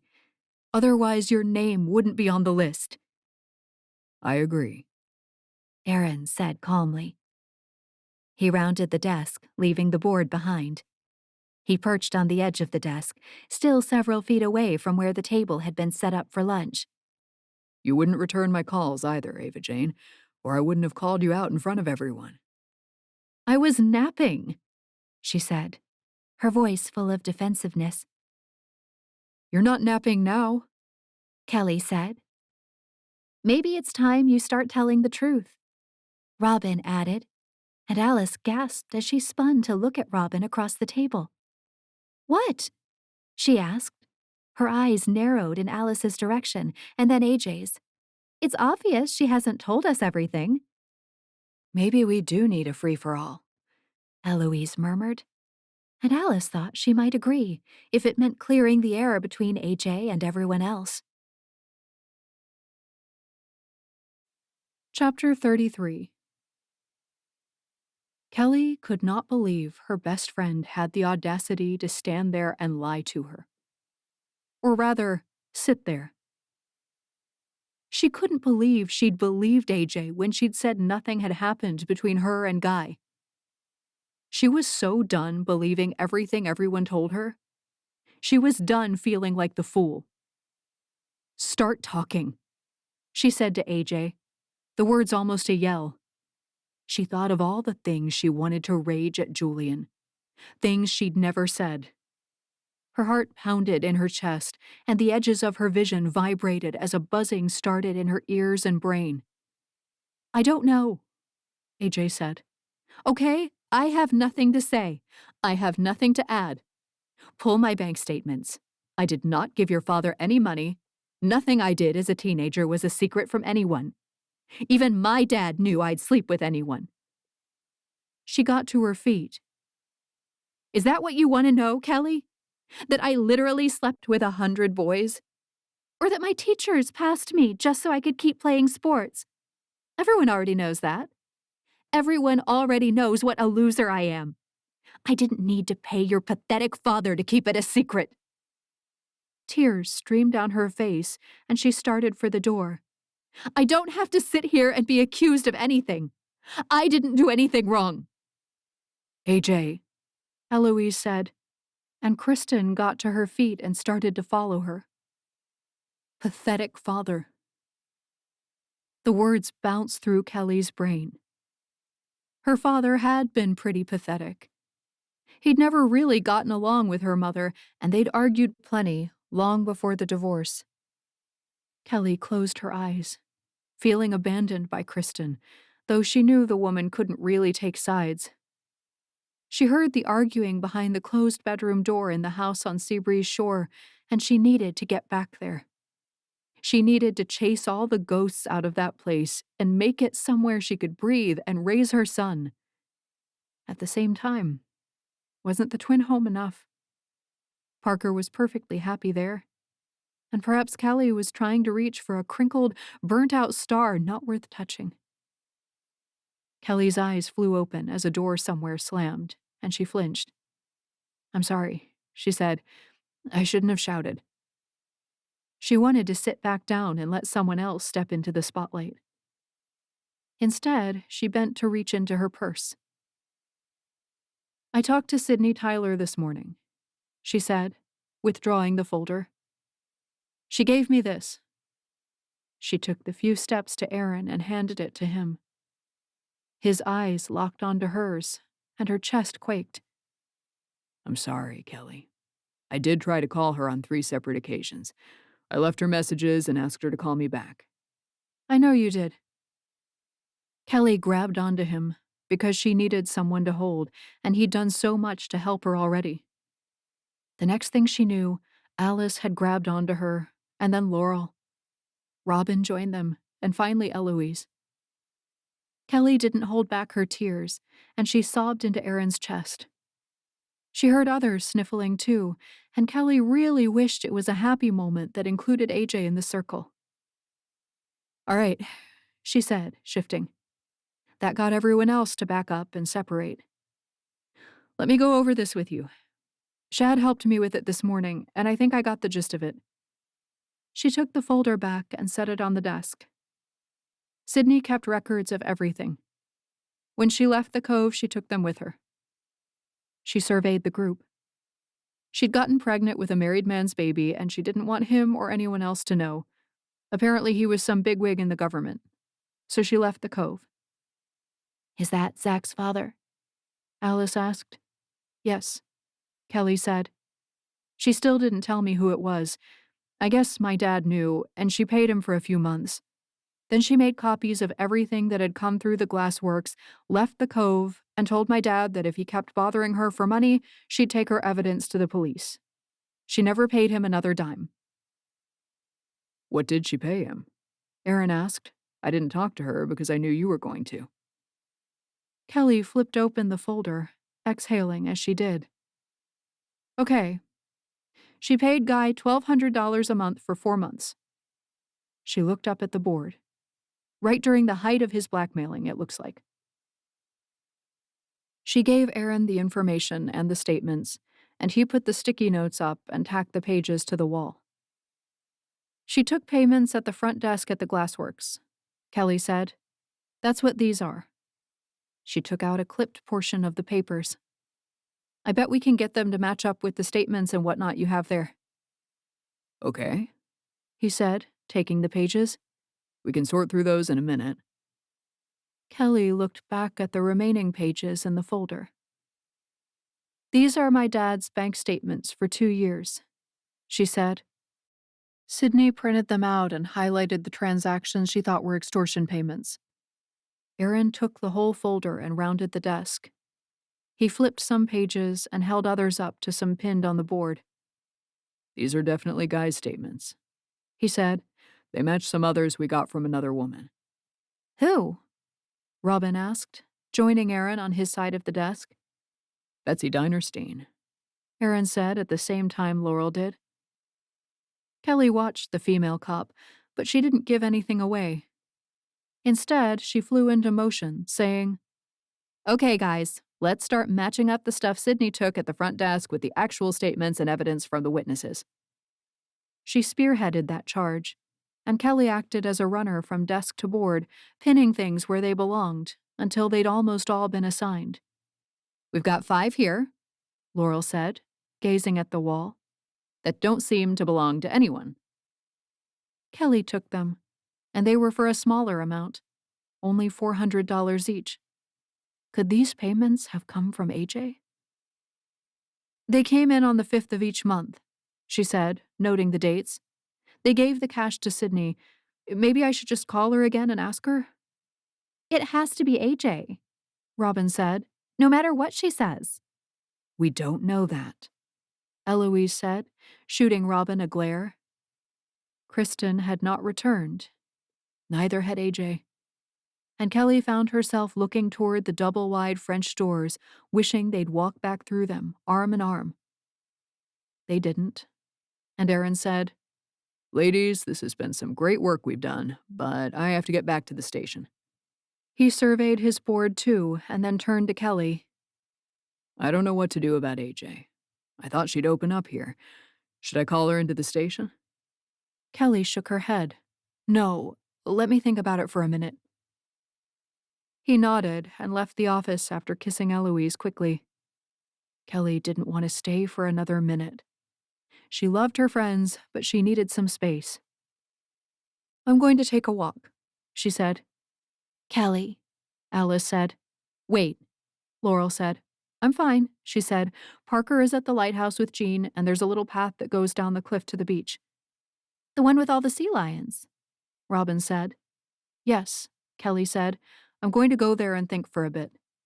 "I'll come with you," Laurel said. "I have the rest of the day off." "I don't want to talk," Kelli said. "No problem." Laurel smiled, and Kelli wasn't sure if she should let her come or not. "I have to get back to work too," Robin said. "But I'd come with you if you wanted me to, Kel." "So would I," Alice said. "We all would," Eloise said, returning to the table and picking up her plate. "I just want to be alone," Kelli said. "Sorry, Laurel." She held up one hand in a half-hearted wave. "I get it." Kelli nodded, looked down at the copies of the ledgers Sydney had gathered, and put them back in the folder.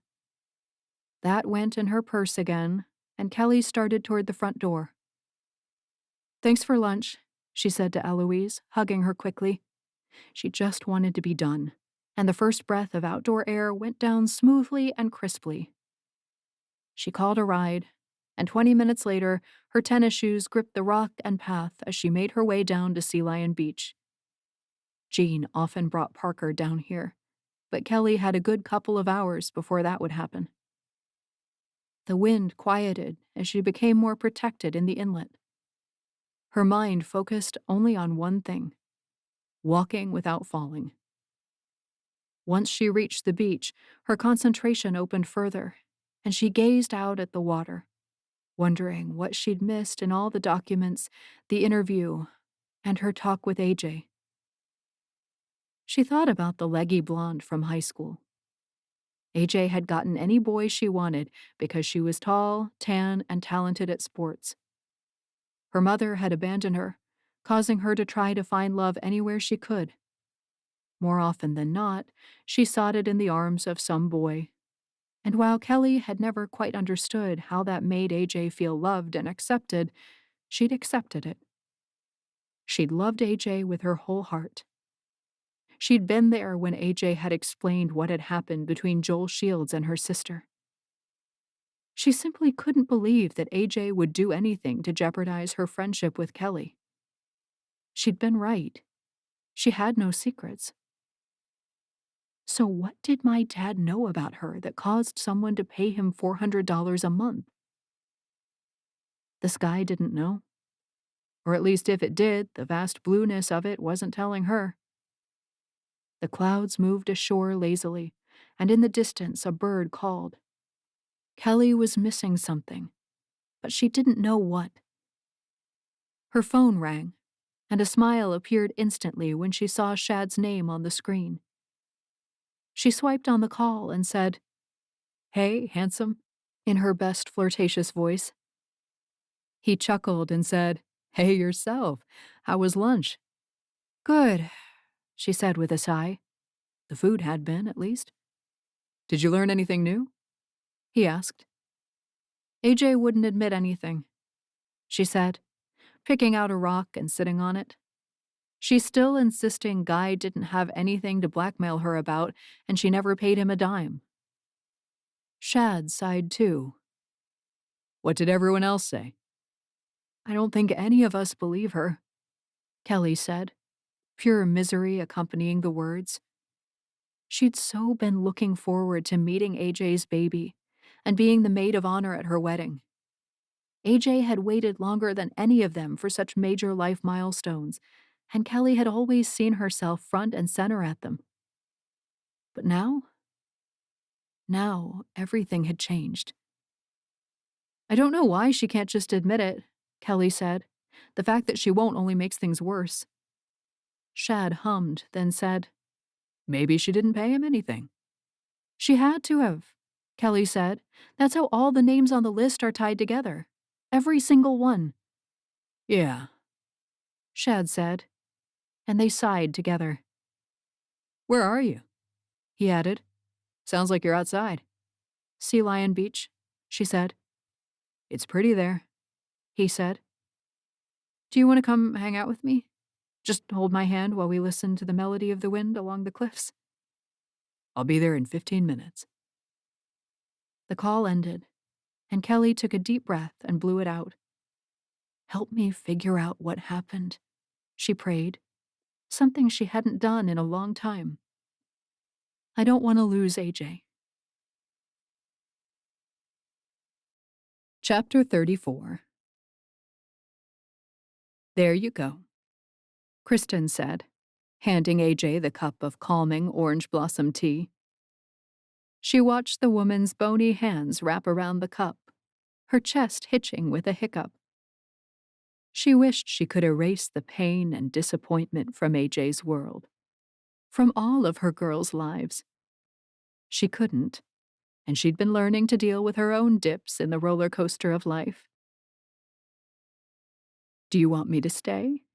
she asked, easing herself into the armchair that faced the couch and love seat where AJ spent her time if she wasn't in bed. "You don't need to," AJ said. "Go back to the luncheon. I know you like them." She sipped her tea, her eyes red-rimmed and still glassy. Matt wasn't in the house today. He'd gone to the golf course before AJ had gotten out of bed. Kristen had gotten several texts from Alice about how the woman had still been in bed when she and Robin had stopped by to get her. Good. Kristen had said. AJ's supposed to be in bed.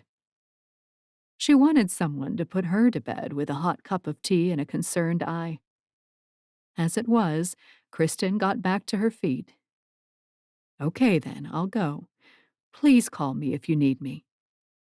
I will, AJ said, her eyes migrating out the window to the spring blooming beyond the walls. Kristen had serious doubts about leaving her, but her maternal senses fired at her, telling her to go. I love you, AJ, she said. And the woman looked at her as if she'd spoken Japanese. She didn't repeat the sentiment, and Kristen wondered how many people had told her that they loved her in her lifetime. Her mother had left when she was so young, and she'd immediately stepped into the role of caregiver for her younger sister. AJ's dad had done the best he could, but his solace had been in the bottom of a bottle, not in making sure his children knew they were loved. Kristen nodded and left the house. She got a ride back to the lighthouse, and instead of going up the rock path to the cottage where she'd lived for years, she opened the blue door and started a slow climb toward the balcony that looked out over the ocean. When she arrived, she let her breathing be what it needed to be, without shame that it winded her so much to climb the 6 flights of stairs. The wind never stopped blowing at the lighthouse, and Kristen had spent almost her whole life with the breeze as a companion. It could be brutal, whipping past houses and uprooting the trees that managed to grow in the cove. It could be soft, whispering secrets from the sea in her ear. It could refresh, it could remind, it could ruin everything. Right now, the wind was just wind, and Kristen was as used to it as she was the beating of her own heart. She took a deep breath of the salty air and hugged herself, silently begging someone to tell her what to do. Move into a new house? Call Kelli to make sure she was okay?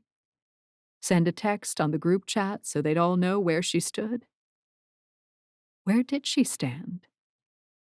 She wasn't sure, but she didn't like how Aaron and the others had basically lined up on one side of the line and left AJ on the other. She caught movement in her peripheral vision, and she caught sight of 2 people moving up the path from Sea Lion Beach. Surprise filled her, because no one went down there but Jean and Parker, but this was 2 adults. As they drew closer, Kristen recognized Kelli and Shad Webb. She pulled in a breath and spun toward the stairs leading down. She moved as quickly as she could, and she burst from the lighthouse several seconds later. She heard a male voice, and she turned right to catch them coming toward her. "Kelli," she said, her breath coming in pants. "What are you doing here?" "I just needed to think," Kelli said. "I called Shad, and he came to keep me company." She smiled at Kristen as she approached. "Is that okay? I thought it would be okay." "It's fine," Kristen said. "You're always welcome here." She switched her gaze to Shad. "Hello, Shad." "Oh, this is Kristen Shields," Kelli said. "I was just telling him about the time you made me sail the catamaran and I cried and cried. Remember that?" She wore a beautiful smile, and Kristen could see the girl she'd once been. "Yes," Kristen said with a chuckle. Kelli was afraid of the water.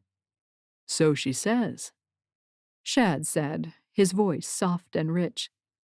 "My boyfriend," Kelli said, tucking her arm through Shad's. "Shad Webb." "So nice to meet you," Shad said, reaching out to shake her hand. "And you." Kristen smiled at the sight of them because they looked amazing together, and Kelli seemed to glow with this man at her side. "Can I show you something?" Kelli asked, her smile slipping. "Sure," Kristen said. "How's AJ?" Kelli asked as they started walking toward the parking lot. "She's, I honestly don't know," Kristen said. "I didn't stay for long, but she didn't look good." Kelli nodded but didn't say anything. She retrieved her bag from where she'd dropped it near the fork in the path that led up to Kristen's cottage, and she removed a folder. Sydney Tyler brought these to me. There's a lot here, but some of these papers, they're ledgers from the glassworks. I'm not sure what they mean, but then I noticed that they looked like something else I'd seen before. She flipped open the folder, and Kristen's heart did a somersault too. She recognized the light blue paper instantly, and she drew in a sharp breath. You made us do our calculations for wind speed and nautical mileage on paper like this, Kelli said, lifting a single sheet from the folder. Those came from one of Joel's notebooks, Kristen said, the words scratching in her throat. She picked up the top paper, the light blue color assaulting her eyes. Guy had these. Not Guy, Kelli said slowly. His secretary, Sydney. She kept track of money people were dropping off for things for a few months. Kelly's fingers ruffled the papers. 5 months. This paper came from Joel's notebook, Kristen said. I don't know how Guy got it, or Sydney. Maybe it was a common notebook being sold at the time, Shad said. Kristen hummed in agreement because she really didn't know. She didn't want to look at another piece of paper and try to make sense of it. She knew that. This wasn't that hard to make sense of. Sydney had highlighted a $400 transaction that had happened on the 5th of March. Kristen looked down the lines on the paper, and each month the payment arrived on the 5th. In cash? She asked Kelli. These were the cash transactions, yes, Kelli said. Kristen looked at the year at the top. 1985. March, April, May, June, July. She closed her eyes, her memories flying backward to that time. She heard the conversations she'd had with her husband. She'd gone over the checking account with him. They'd puzzled through things together.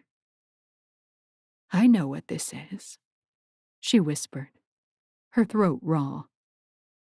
What? Kelli asked, and Kristen opened her eyes as she leaned closer. What did you say? I think I know who paid these, she said, though there was nothing notated beyond the words cash fund next to the dollar amount. Sydney didn't say? Kelli and Shad exchanged a glance, and Kristen's stomach clenched. I didn't ask her this morning, Kelli said, but I called her just now. It was Joel, wasn't it? Kristen asked, her voice barely audible above the wind. She remembered a brief stint of time where their pay for keeping the lighthouse was suddenly less, and she'd asked him about it. He'd claimed there'd been a mix-up at the nautical office, and he'd take care of it. Of course he would. Joel took care of everything. He had to. A few months later, they'd gotten all of the money they hadn't been getting, plus a bonus. She knew now that her husband had bought the glassworks out from underneath Guy, and that extra money had come from the rent Joel had charged him once he'd lost his building. That hadn't lasted long, as the bankruptcy had come soon after that. The dissolution of Guy's marriage and Kelli's family. The complete breakdown of Guy's livelihood. Kelli didn't answer, but the look on her face said everything. Kristen calmly stacked the papers back in Kelli's folder, and the younger woman closed it. I know what this is for, Kristen said. I'll take care of this. Chapter 35. AJ's chest felt like a sinkhole. It filled with water the way a sea note did in Central America, and she struggled to breathe against the pressure and lack of oxygen that came with the sensation of drowning. Her phone buzzed, and AJ turned it over to look at it. Almost there, Amy had said, and AJ's eyes filled with tears. Her sister had been nothing but kind to her since they'd come back together over the holidays.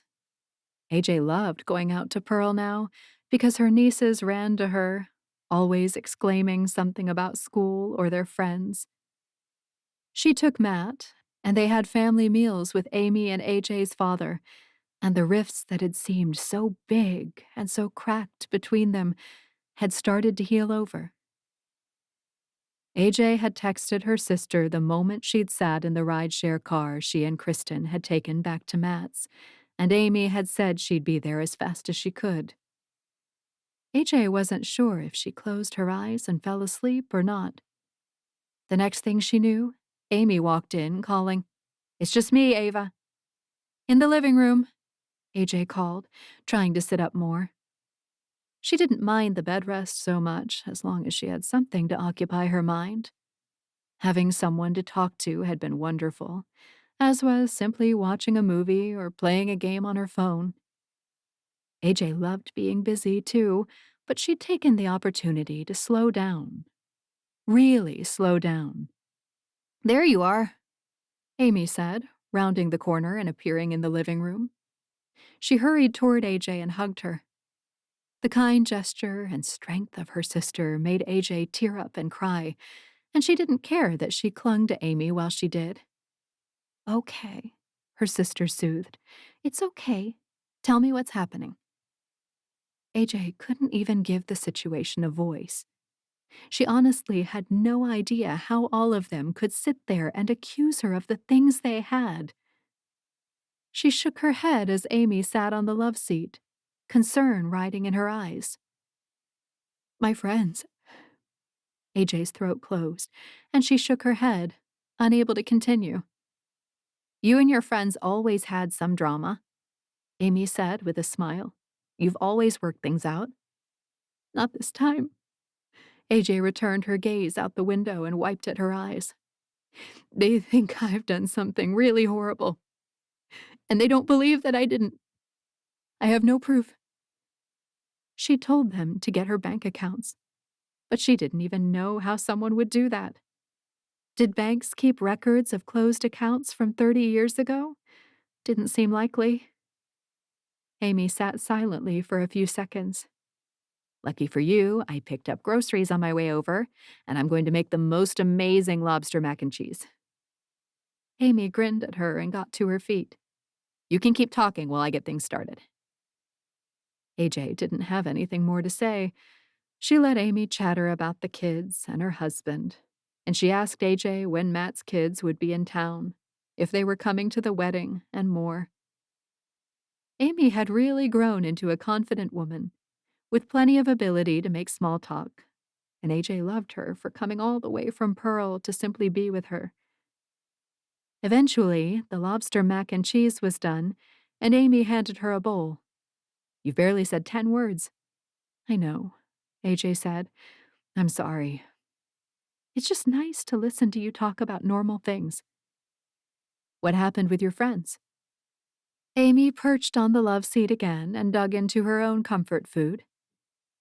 She glanced up at AJ, who was trying to find the perfect bite of seafood with macaroni. Their eyes met, and AJ felt the story surging up her throat and out of her mouth.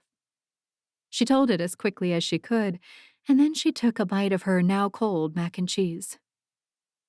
Once again, Amy took precious time to think before she spoke. AJ needed more skills in that arena, and she admired her sister so much. "Maybe the payment wasn't because of something you did," she said. "Maybe he'd listed your name because of something you'd seen?" "Then wouldn't he be paying me to keep quiet?" AJ frowned, more confused than ever. "I never paid him a dime." "But you did have a secret," Amy said. "No," AJ said. "I didn't have any secrets when I was a teenager. Everyone knew everything about me." Amy nodded and got up and took AJ's cold food from her. "Let me heat this up." She went back into the kitchen, and a few minutes later, she returned with a fresh bowl of mac and cheese for AJ. "When were these supposed payments?" she asked. "Over quite a few months in 1984 and 1985. Do you know when you were supposedly paying him? That spring and summer, she said, lifting her eyes from the bowl of mac and cheese to meet her younger sister's. That was when she cleared her throat. When Joel assaulted me. That happened that spring, remember? AJ's eyes widened, as the same conclusion had just reached her mind. I did have a secret. Maybe someone else knew that secret? Amy said. I never told anyone, Amy, AJ said. Not Robin, not Alice, not Kristen, no one. I didn't either. She said. So who else knew? Guy, obviously. But he wasn't there. AJ shook her head. Someone would have had to tell him so he could then blackmail them. Amy's eyes held so much anxiety, and she looked at AJ so earnestly. There were exactly 3 people who knew what happened at the field that day. AJ sucked in a breath, her heart pounding so loud and so quick now. Joel, she said together with her sister. She instantly fumbled through her blankets, trying to find her phone. Her hands shook, but she finally located it and started tapping to get to Kelli's name. She just had to believe her. AJ couldn't stand the thought of Kelli thinking she'd done something nefarious, and she could still hear her best friend yelling at her. Tell the truth, AJ. She was telling the truth, and she hoped Kelli would at least pick up and listen to what she had to say. Chapter 36. Kelli stood in Kristen's cottage, Shad right behind her as the older woman dug through a filing cabinet. Kelli shuddered, and Shad's arm came up to her waist. His eyes searched her face. She didn't look at him, though. She couldn't shake the memories from less than a year ago of the mess this cottage had been.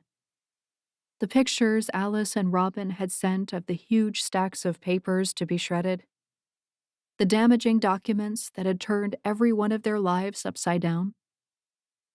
Eloise had left her position at Boston University very soon after that. Alice had filed for divorce.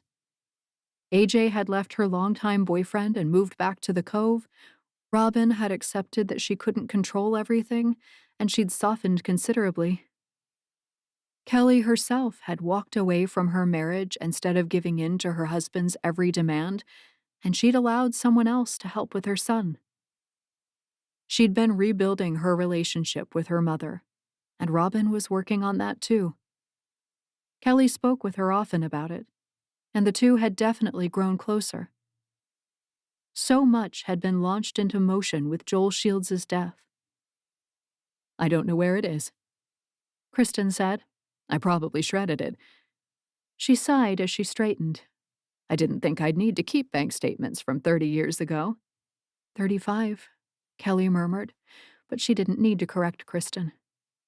She drew in a deep breath. It doesn't matter. She met Kristen's eye. You said you remember having less money those months.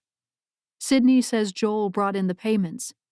My father probably just wrote down AJ's name because she was the one they were really keeping quiet. Kristen sank into the office chair. Do you think Joel offered any money to AJ? I don't know. Kelli wasn't going to ask her either. She'd seen the look on AJ's face, and she needed some time to herself. She wouldn't be surprised if AJ had called Matt or her sister, and she wouldn't be alone right now. Kelli had accused her of something terrible, and guilt cut through her stomach, making her flinch as if in physical pain. Let's call her, Kristen said. She stood and gave Kelli a kind smile. Let's call them all. They have today off. I don't want to go back to errands, Kelli said. I appreciate everything he did because he put everything together in literally 3 days. He worked on this for me nonstop, but I don't want to face that board again. The scope of what her father had done baffled Kelli, and she wasn't sure she'd made the right decision by pursuing the trail. AJ had asked her if it mattered if she knew, and Kelli had wanted to know. I think we should give her a few minutes. Kelli said. I'd like to go to Belle to the house. She looked at Shad. Will you come with me? Of course. He said. You don't have to go back to work? Not today. He offered her a kind smile, and Kelli turned to Kristen. Would Jean take Parker? I can if she can't, Kristen said, her dark eyes so compassionate. What do you need from that house, Kelli? The question dove into her mind and started swimming around. Kelli honestly didn't know. She said as much, turning to leave the cottage. She'd not come here after the Seafaring Girls' meetings ended and she left the cove. Kristen and Joel were still living in the lighthouse then, and Kelli had heard when they'd retired, but she hadn't known they'd only moved 50 yards from the iconic symbol in Five Island Cove that they'd maintained for almost 5 decades. Kelli glanced at the lighthouse, which had always been such a safe place for her.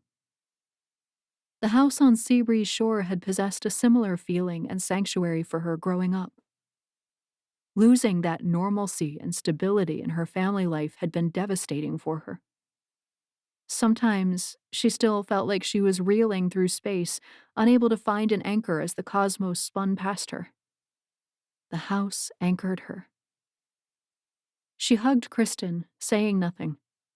They had nothing to say anyway. The love between them seeped into the air around them, and Kelli found Shad smiling at the pair of them when they parted. Ready? He reached for her hand, and Kelli slipped hers into his. Ready. The ride to the ferry station and across the water to Belle Island happened mostly in silence, and Kelli basked in it.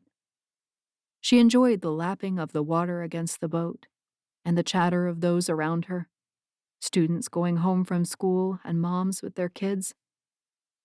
She missed this time of the afternoon, when the sky held golden possibilities. When she'd once headed home, a place where her own mother would be waiting for her with a smile and a question about how her geometry test had gone.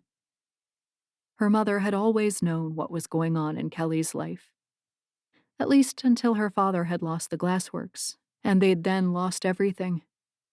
After that, her mother might not be home in the afternoons, and she might not check in with Kelli about her homework or grades for weeks at a time. She now knew the turmoil that could happen in an adult's life, and another round of guilt ran through her when she remembered her mom's face and mini tantrum when she'd been forced to take refuge in the house on Seabreeze Shore. She took a deep breath, trying to inhale that gold and shine into her lungs, into her life. As the ferry docked, she faced Shad. I think I might need to sell the house on Seabreeze Shore. His eyebrows flew up, and he asked, Really? A smile appeared on his rugged, handsome face. What's going on inside that head of yours? He guided her off the ferry, and they started the short walk to the house. I thought it would be a fresh start for me, she said. That's what I've been trying to do, right? But it just seems to bring heartache. It also yielded $25,000. He said. True. Kelli let her thoughts tangle a little bit. Then she started sorting through them. I think it would be an amazing space for a yoga studio, but I'm not sure I want to live there. So convert it to a yoga studio, he said. You could use the entire bottom floor for that. The kitchen could be used as a juice bar. You know, all those cleansing juices every spa in the cove tries to sell as healthy. He grinned at her, and Kelli edged closer to him. She liked being near him, and she was glad she had someone safe to bounce her ideas off of. And upstairs, you can keep an office, he said, or massage rooms, or just storage. Kelli nodded, the idea starting to take shape inside her mind. I'd need a loan. Or just use the money you were going to buy furniture with, he said. Stay in the twin home with me. He leaned over and pressed a sloppy kiss to her forehead. She giggled while he chuckled, and then they rounded the corner. The road started up, and this last quarter mile could be a beast in bad weather. Kelli had made the climb several times, and the prize, the view from the house in every direction, was worth it. She and Shad arrived at the house a few minutes later, and Kelli went into the carport and unlocked the garage entrance. The house didn't smell as unused and abandoned as it had previously, but it definitely had a new scent she couldn't place right away. Nothing seemed out of place, and Kelli strode through the kitchen, seeing juicers and blenders where they'd mix up strawberry smoothies and celery and cucumber juice blends, past the tiny room where she'd sheltered during the storm, where she normally kept the beanbag for the next time she and AJ needed to escape from the real world. The front of the house opened up, and the grand staircase went up on her left. She paused, taking in the colored glass above the window. She closed her eyes as the dazzling light danced through her vision, and she saw fitness classes on both sides of the entrance. She heard women laughing and talking. She saw friendships forming and strengthening. "I don't need couches," she said. "I need yoga mats and a speaker system for music." "I know a guy who can help with the speaker system," Shad said, his touch on her waist light and welcome. Kelli's phone rang, and Eloise's name sat on the screen. She swiped on the call and said, "Hey, El." "I hate to bother you," Eloise said, and she sounded worried and regretful at the same time. Urgent, too. "Are you okay to talk for a minute?" "Yes," Kelli said. "I know today has been hard enough," she said, "but there's something else you need to know. Something Aaron just found." Kelli looked at Shad, and it was clear he'd been able to hear Eloise, though Kelli hadn't put the call on speaker. She did now and said, "You're on speaker with me and Shad. Do I need to sit down?" I would. Alice said, and Kelli instantly moved over to the stairs. "Okay," she said. "Is everyone there?" "Me, Robin, Alice, Laurel, and Aaron," Eloise said. "Kristen left with AJ, and I haven't spoken to them." "I left Kristen at the lighthouse," Kelli said. "She's okay." We'll go get AJ right after we get off the phone, Robin said. "Must be good news, then," Kelli said, her heartbeat spinning through her veins. She hated feeling her pulse, as it was something that should just exist without being detected. Hers pounded at her, telling her to hang up and flee. "Go on," she said. "I'm ready." "I found a number on some of the documents," Aaron said. "I didn't notice it at first because there are lots of numbers to look at, but Sydney had highlighted this one on a couple of the statements she had." "Okay," Kelli said.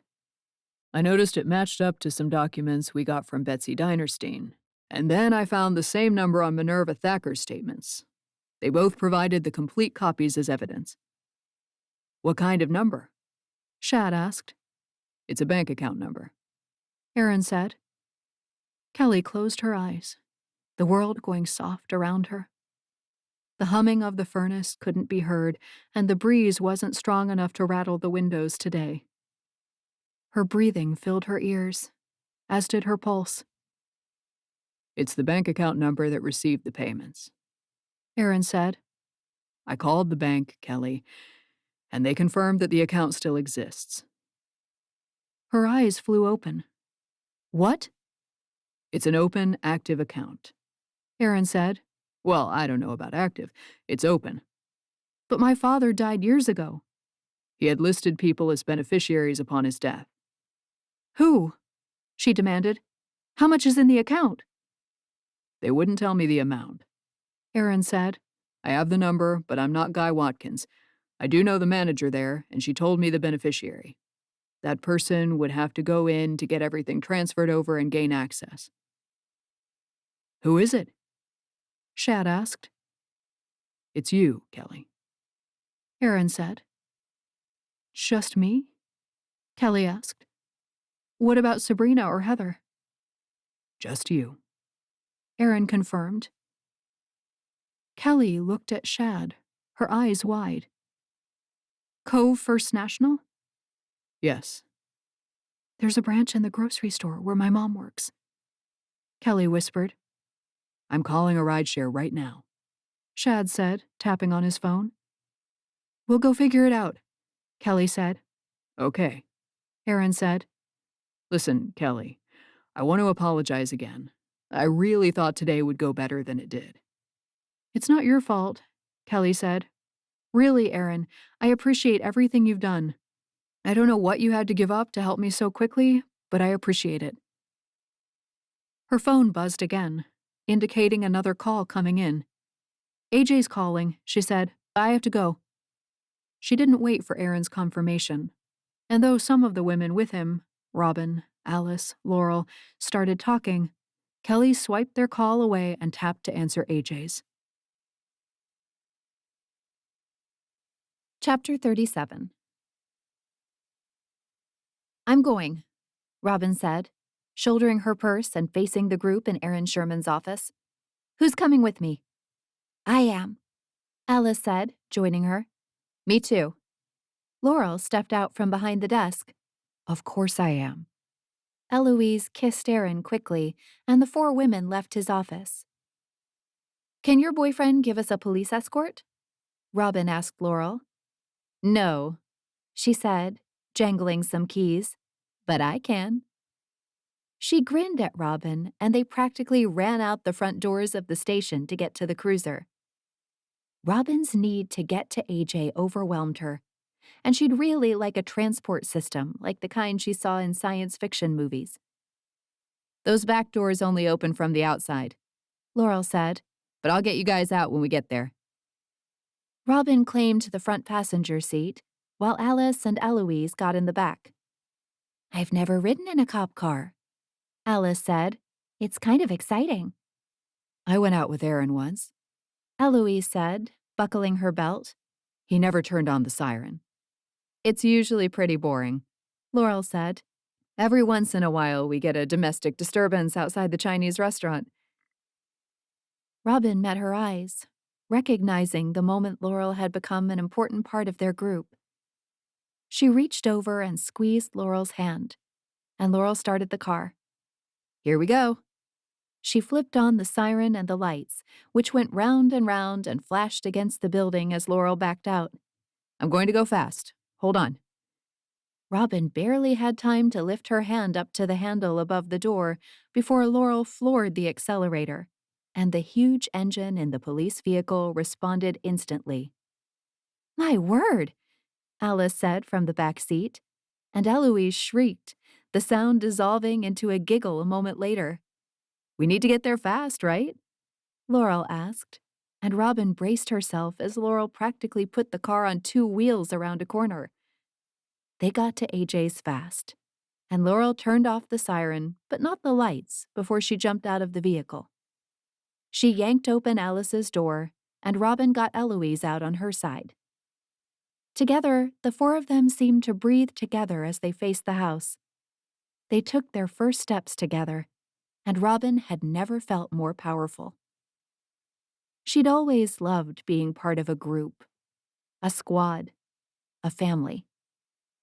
Her heart squeezed that she couldn't be home today when Mandy and Jamie would arrive. Things had not been settled between Charlie and Mandy, but she hadn't come home crying yesterday, so that had been an improvement. Robin would still like to be there, and she'd already set an alarm for when she should text her daughter. AJ? She called as Laurel opened the door. We're coming in. Laurel led the way, but Robin was right behind her. They found AJ in the living room, her sister standing to greet them from the love seat. She's on the phone with Kelli, Amy said, her eyes wide. What's going on? We love you, Robin said, catching AJ's eyes. It doesn't matter if you did something or didn't do something. She didn't, Amy said forcefully, glaring at Robin. She's telling Kelli right now. What's she telling her? Alice asked. Amy glared at her too and folded her arms. Eva Jane didn't pay anyone anything. She did have a secret at the end of her high school career, but she kept it for Joel Shields, not herself. Confusion ran through Robin for half a second. Joel Shields, she said. Of course, Eloise said, pure relief in her voice. Joel Shields and what he did to you. Amy clenched her arms around herself even tighter. She told you about it. Just last year, Alice assured her. We didn't know until after Joel died. Amy's teeth clenched and then released. She nodded, and then she vocalized the thoughts in Robin's head. We think Joel paid Guy, who somehow found out what he'd done. We think he'd noted it as Ava Jane Proctor because it was really her secret to keep. Makes sense, Laurel murmured. Did anyone pay AJ any money to keep quiet? Not that I'm aware, Amy said, doing a double take when she looked at Laurel in the police uniform. Officer Baker. Laurel smiled at her. Good to see you again, Amy. How's Darcy? Good, great, Amy said, nodding. I can't believe you remember her name. She got lost years ago. I remember the good ones, Laurel said, her smile so perfect and so kind. Amy relaxed, and Robin was so grateful Laurel was with them. She also wanted to hear more about Laurel's boring job, as she hadn't detailed many instances from it. Can we get on speaker? Alice asked, moving further into the living room. AJ pulled the phone from her ear and tapped. Kelly's voice came through the line with, So I don't need to know more, AJ. I really don't. I know you didn't do anything, and I'm so sorry that I thought you did. Thank you, AJ said. I didn't mean for this to take over everything, Kelly said, obviously tearful. Robin perched on the edge of the coffee table and leaned toward the phone. We're all here, Kelly. AJ's okay, and she knows we love her. AJ met Robin's eyes, and Robin nodded. AJ began to sniffle and weep, and Alice stepped right over to her and hugged her. Alice could be so supportive, and Robin loved that the most about her. Are you going to the bank? Robin asked. The rideshare just arrived, Kelly said. I'll call you when I have more information. We'll be here, Eloise said, and the call ended. The silence in AJ's living room could have filled drums for days, and Robin knew it was her job to break it down and chase it out of the house. I'm sorry for how things went today, she said. You didn't deserve to be attacked like that. It's frustrating to have zero proof, AJ said. I won't run my articles without proof, but I literally only have my word. And it's good enough, Robin said. At the same time, Alice said, That's all we need. Eloise wrung her hands, and Robin nudged her with her elbow. That got Eloise to move, and she exploded toward AJ as she burst into tears. I'm so sorry, AJ. I asked Aaron to help, and he's so good at finding things. I didn't know it would incriminate you. It didn't, Robin said. We know that now. Do you? AJ asked, hugging Eloise so her voice was muffled. Eloise pulled back. What do you mean? Why do you believe me now? AJ looked around at everyone. When you didn't before. The sharpness in her eyes suggested all would not be forgiven in an instant. Robin cleared her throat and looked around the room. Because we've had a moment to think. I hadn't even seen that board before this morning, she said. And Amy just told us that Joel made the payments, Alice added. But you didn't come over here knowing that, AJ said. We still don't know that. It's just a guess Amy and I have. Kelly confirmed it, Amy said, her voice entering the conversation. She said she and Kristen looked at the ledgers the secretary kept, and she said she and Joel had less money for those few months, and it was right after AJ saw me with him. So how did Guy Watkins find out? Laurel asked, her mind ever working on the case. I don't know, AJ said. I never told anyone. Amy didn't either. Joel wouldn't tell him, Robin said. That wouldn't be smart. Maybe it came out accidentally, Alice said, after they'd been drinking or if they were arguing. When did he buy the glassworks from Guy? August 1985, Laurel said, drawing every eye to her. She shrugged and added, I've looked at the case Aaron had. He is very thorough. The payments stopped in August, AJ said. They lasted 5 months, from March to July. Then Joel bought the glassworks, and that was enough to turn the tables on Guy. Maybe Guy saw Joel too, Amy said. That day at the field, he used to walk along there for inspiration. Robin looked at her, and she realized that life was often seen by more than just the people living it. Anything's possible, she said, except AJ paying Guy Watkins to hold one of her teenage secrets. She reached out and took AJ's hands in hers, leaning further forward. I'm so sorry, AJ. Thank you, AJ said again. You really don't need to apologize forever. We're all sorry, Alice said. Yes. Eloise wiped her eyes and took a seat on the love seat. Okay, AJ said. I accept the apologies. Now, someone tell me about this bank account Kelli is going to check. Hours later, Robin finally entered her house. Her safe haven from the storms of life. The one place she didn't have to have perfectly styled hair and gobs of makeup on her face.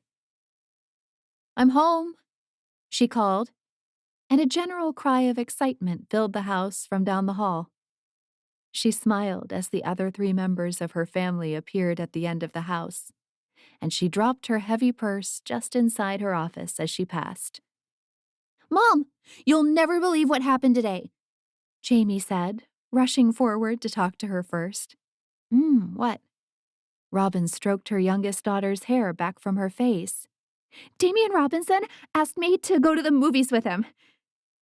Surprise darted through Robin. Jamie was far too young to start hanging out with boys, wasn't she? In that moment, Robin realized her daughter wasn't 8 years old anymore. She was 13, and yes, she was definitely old enough to spend time with boys. Alone? She asked. Not alone, Jamie said. He's going with a few other people, and he asked me to come. Do you know these people? Yes, Jamie said, but I don't normally hang out with them. They're in my theater class. That's great, Robin said, glancing down the hall to Mandy. And we like this Damian Robinson fellow? Mandy nodded slightly, and Robin looked back at Jamie. She clearly liked this Damian Robinson. All right, she said. When is the movie? It's not rated R, is it? Jamie continued to tell her about the PG-13 movie they were going to see on Friday night, while Robin hugged Mandy and kissed Duke. The man had dinner on the counter, and Robin didn't care that it came from a box.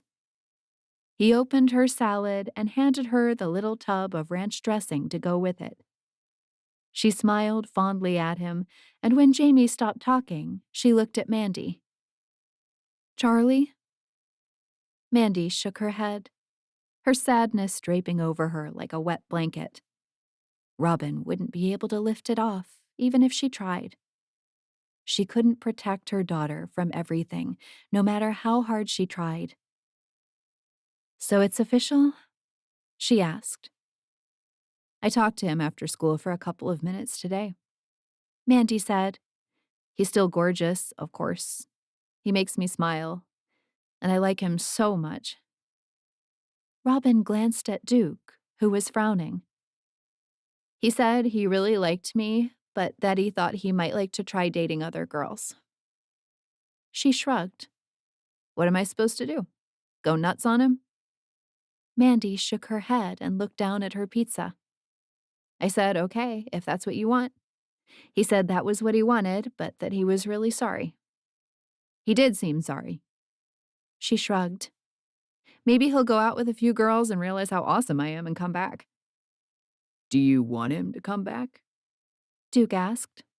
I don't know, Dad. Mandy reached up and wiped her eyes. We've spent a lot of time together. I feel like I have no one now. Robin reached over and covered her daughter's hand with hers. I'm so sorry, sweetie. Then he went into academic Olympiad, and I know exactly who he's going to ask to prom. Who? Robin asked, though she knew too. Soraya Page, Mandy said with a hint of disgust. She's so pretty, and she always gets the boys. She won't date them exclusively, though, so it'll be interesting to see what Charlie does then. He's not good alone either. You should have seen his mother, Robin said. She's just like that. Their eyes met, and Mandy smiled. Robin did too, and when she looked at Duke, he grinned back at her. I'm so glad you're home, he said. I don't like being here alone either. Hey, you're the one going to Alaska in only a few weeks, Robin said, and she missed her husband already. Yes, he said. And then you won't have to work 70 hours a week. We'll be back on top of the bills, and life will go back to normal. Ah, normal. Robin lifted her slice of pizza and took a bite. After swallowing, she added, I wonder what that's like. They all laughed, and Robin felt peaceful and calm among these people where she belonged. Her friend drama would calm, and her Wednesday lunches would sustain her through the summer. She glanced at her phone, hoping to see a text from Kelli. Nothing yet. Chapter 38. Laurel always felt one step behind and 10 minutes late.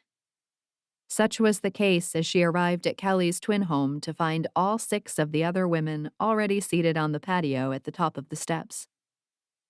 Thanks, she said to the driver, scanning her police card to pay for the ride. She got a half-price discount that way, not that she was hurting for money. She'd taken another personal day in order to be here, and she told herself it was worth it. She wanted to be here with these women. They were important to her, and she'd never belonged to a group like them before. There she is, Alice said, rising to her feet. How'd you get a Friday off? One of my friends called in a favor with the chief, Laurel said, cresting the stairs and grinning at Eloise, then Alice. She hugged Alice and then Robin, who'd saved her a seat between the two of them. Laurel had realized she was one of the only women who could fill that spot, and she glanced toward Kelli, who also wore a warm smile. Thanks for coming, Laurel, she said. I know it's a long way. Only if you leave late, Laurel said, smiling. And only if your partner doesn't call to tell you seriously the lamest joke ever. How is Connor? Robin asked, picking up a basket of rolls and handing it to Laurel. You have to jump in. AJ's been eyeing that rye roll for 20 minutes. I've only been here for 5, AJ said, so that's not entirely true. She lifted another buttered and jammed rye roll to her mouth and smiled at Laurel. Connor's good, Laurel said, as Eloise then indicated she wanted the breadbasket. Is it warmer out here on Pearl? We are the furthest south, Kelli said, picking up the pitcher of lemonade. This is sugarless, by the way. She poured herself a glass and lifted it as if asking if Laurel wanted some. Please, she said. You're not getting off that easy with Connor, Robin said. Laurel stretched out to start piling ham on her roll. Why? He's good. She wasn't seeing him. If anything, Robin should be asking how things were with Paul. They had a romantic dinner planned for that evening After Paul finished with his afternoon meeting with Aaron and the administrative team, She got a new assistant. Alice nodded to the cheese platter. I saved you that brie. The grapes are amazing, too. Where'd you get all of this? Laurel asked. It looks so much better than anything I've seen at the supermarket on Diamond. Shad took me to this Whole Foods place, Kelli said, practically glowing as she spoke. They had the most amazing produce. The bakery was phenomenal. I got the cheese there too, off their Olive Bar. Ooh, Olive Bar, Robin said. I love a good Olive Bar. You've never even been to an Olive Bar, Alice said. I have too. Eloise started to chuckle, and Laurel grinned at everyone. These were the women she knew. Unstressed, bickering at each other, talking about grapes and rye rolls and olive bars. She took the cheese and fruit and added it to her plate. Who's your new assistant? Millicent Folsom, Robin said, actually straightening her shoulders. She's wonderful, and she's looking for someone. She's in her 20s, and I think Connor is too. She looked at Laurel with questions in her eyes. He just turned 30, Laurel said, a couple of months ago. That's still not too old, Robin said. She fancies herself a matchmaker. Eloise said, Hey, I got you that first date with Aaron, if you'll remember right. Oh, Alice chortled at the same time Eloise said, You did not. I did too, Robin said indignantly. You're not taking that from me. You didn't earn that, Alice said. He asked her out in front of me, Robin said. And she didn't even realize it. I had to tell her. Laurel sat back and watched them argue the point back and forth, thoroughly enjoying herself. The food really tasted fantastic, and she met Eloise's eyes several times as the story of how she'd met the chief and their romance had started came out. All right, Kelli finally said. Who's ready for me to talk about the bank account? The mood at the table shifted instantly, and Laurel herself sat up straighter. She wasn't sure why. She had no vested interest in how much money Kelli had found in her father's 30-plus-year-old bank account. Her curiosity was piqued, and she wanted to know simply so she could support Kelli should she need it. Laurel had the feeling that she'd need it, if the anxiety pouring from her eyes was any indication. Could others see it too? Could they feel it? Laurel had the moment she'd laid eyes on Kelli, despite the fun meal they'd shared before this conversation started. It's a lot, Kelli said, bending to retrieve a folder. My word, Alice said.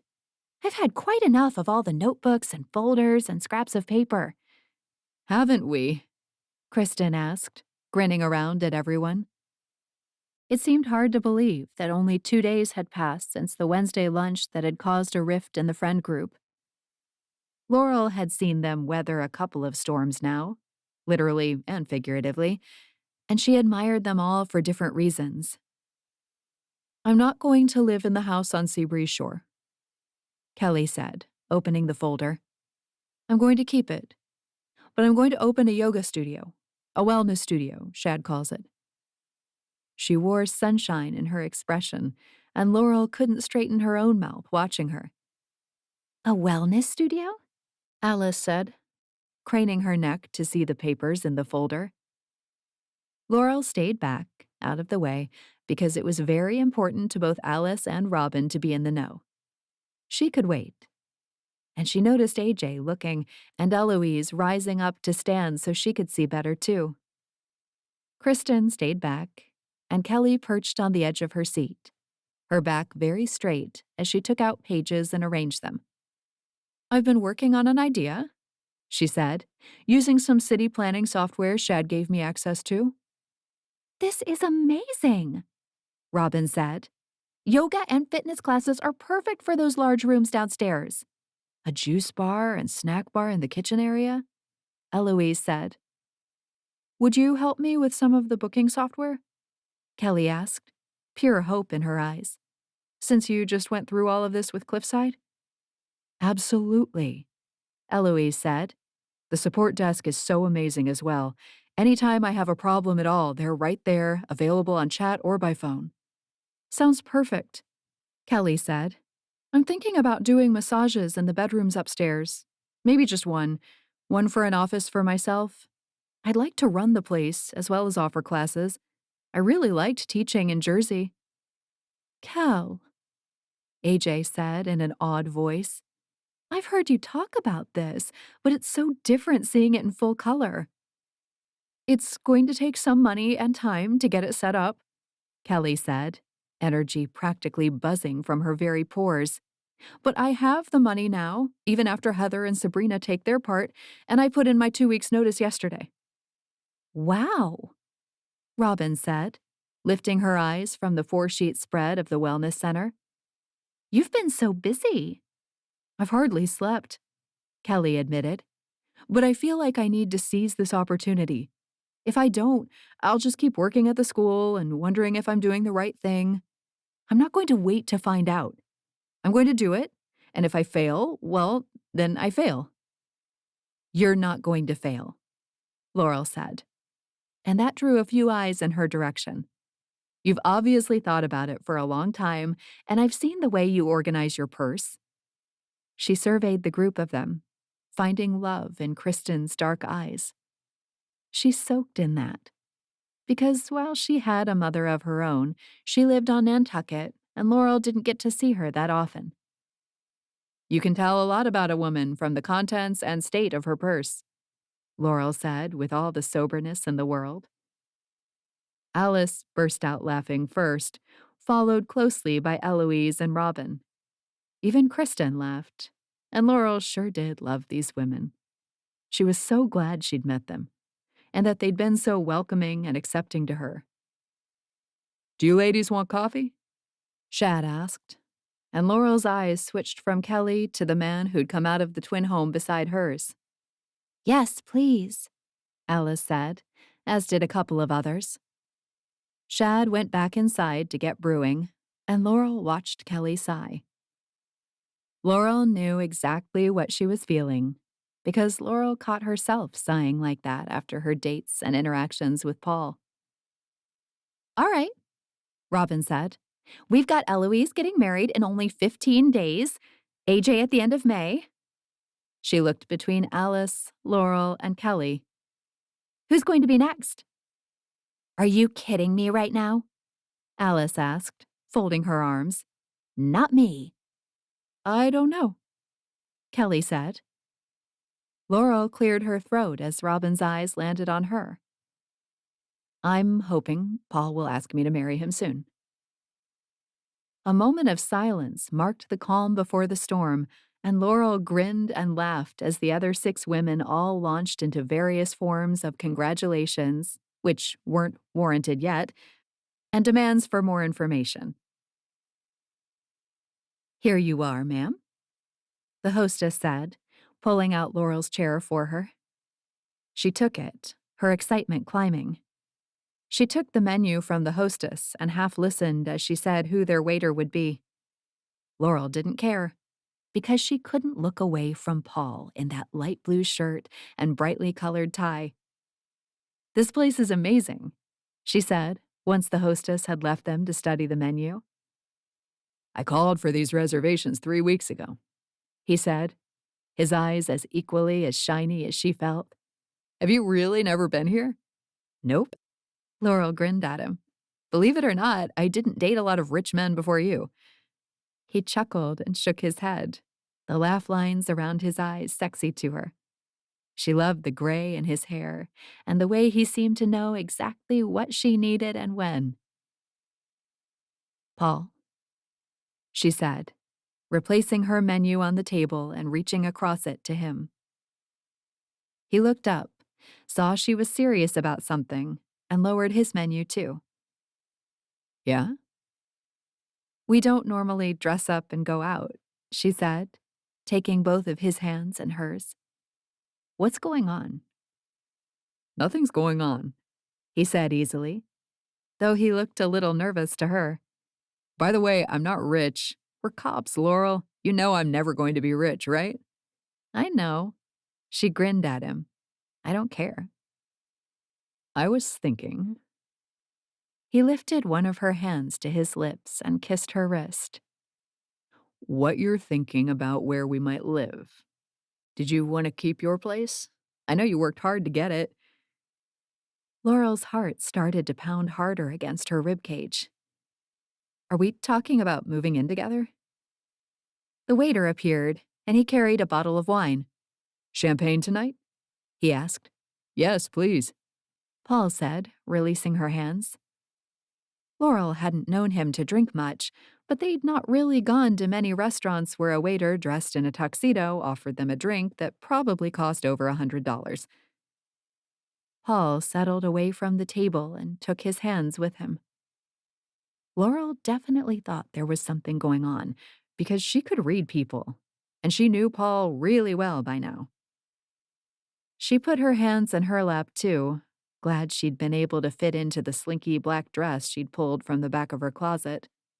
The last time she'd worn it had been for her sister's wedding, almost 8 years ago, and Laurel's body shape had definitely changed as she entered her 30s, and then her mid-30s. The waiter poured the champagne and left, and Paul lifted his glass to her. Laurel picked up hers and lifted it slightly. What are we toasting? Us, he said simply, and he took a sip. Laurel did too, and she could admit she liked the fruity, bubbly champagne. She took a bigger drink and set her glass down, determined not to drink too much tonight. I don't want to talk about moving in together, Paul said, leaning forward. I want to talk about marriage. Laurel's eyebrows went up at the same time her heart grew wings. Really? She asked. Too soon? He asked. Laurel considered him and then said, No. Slowly. I'm in love with you, Paul. I trust you. I'm not sure which of those makes me happier, he said, his grin blinding with such straight white teeth. I love you too, Laurel. She grinned at him, wishing they'd had this conversation in a place where she could feel his hands on her waist and kiss him after such a statement. He got up and came around the table, sliding into the booth on her side quicker than she could move over. He put his arm around her. I'm not great at planning these romantic things, he said quietly, and Laurel tucked herself right into his side. Plus, you're about as cop as they come, and you can see right through me. I ruined it, she murmured. Not at all. His lips touched her ear and sent shivers through her. He cracked the lid on a black box and rested it on her knee. I'm in love with you. I love it when you stay the night with me, and I love sleeping at your place. I love waking up next to you. And I love making coffee for you and trying to gauge how much cream to put in it. It's the caramel that's always too much, she said, turning her head to look at him. It was mighty hard to tear her eyes from the diamond ring on her lap, that was for sure. Ah, yes, Paul said, chuckling. Not too sweet. No, she murmured, touching her lips to his. Will you marry me, Laurel? He asked, the breath from his mouth drifting down her neck as he moved to kiss her there. Yes, she whispered, and Paul lifted his head. Pure joy spilled from him, and Laurel laughed with him as he took the ring from the box and slid it on the appropriate finger. Laurel gazed at it, happier than she'd ever been. What kind of wedding do you want? He asked, nuzzling the hollow behind her ear. Something simple, she said, with our family and friends. Lacy and frilly? Not too much, she said, thinking of Robin. Can I ask Robin to put something together for us?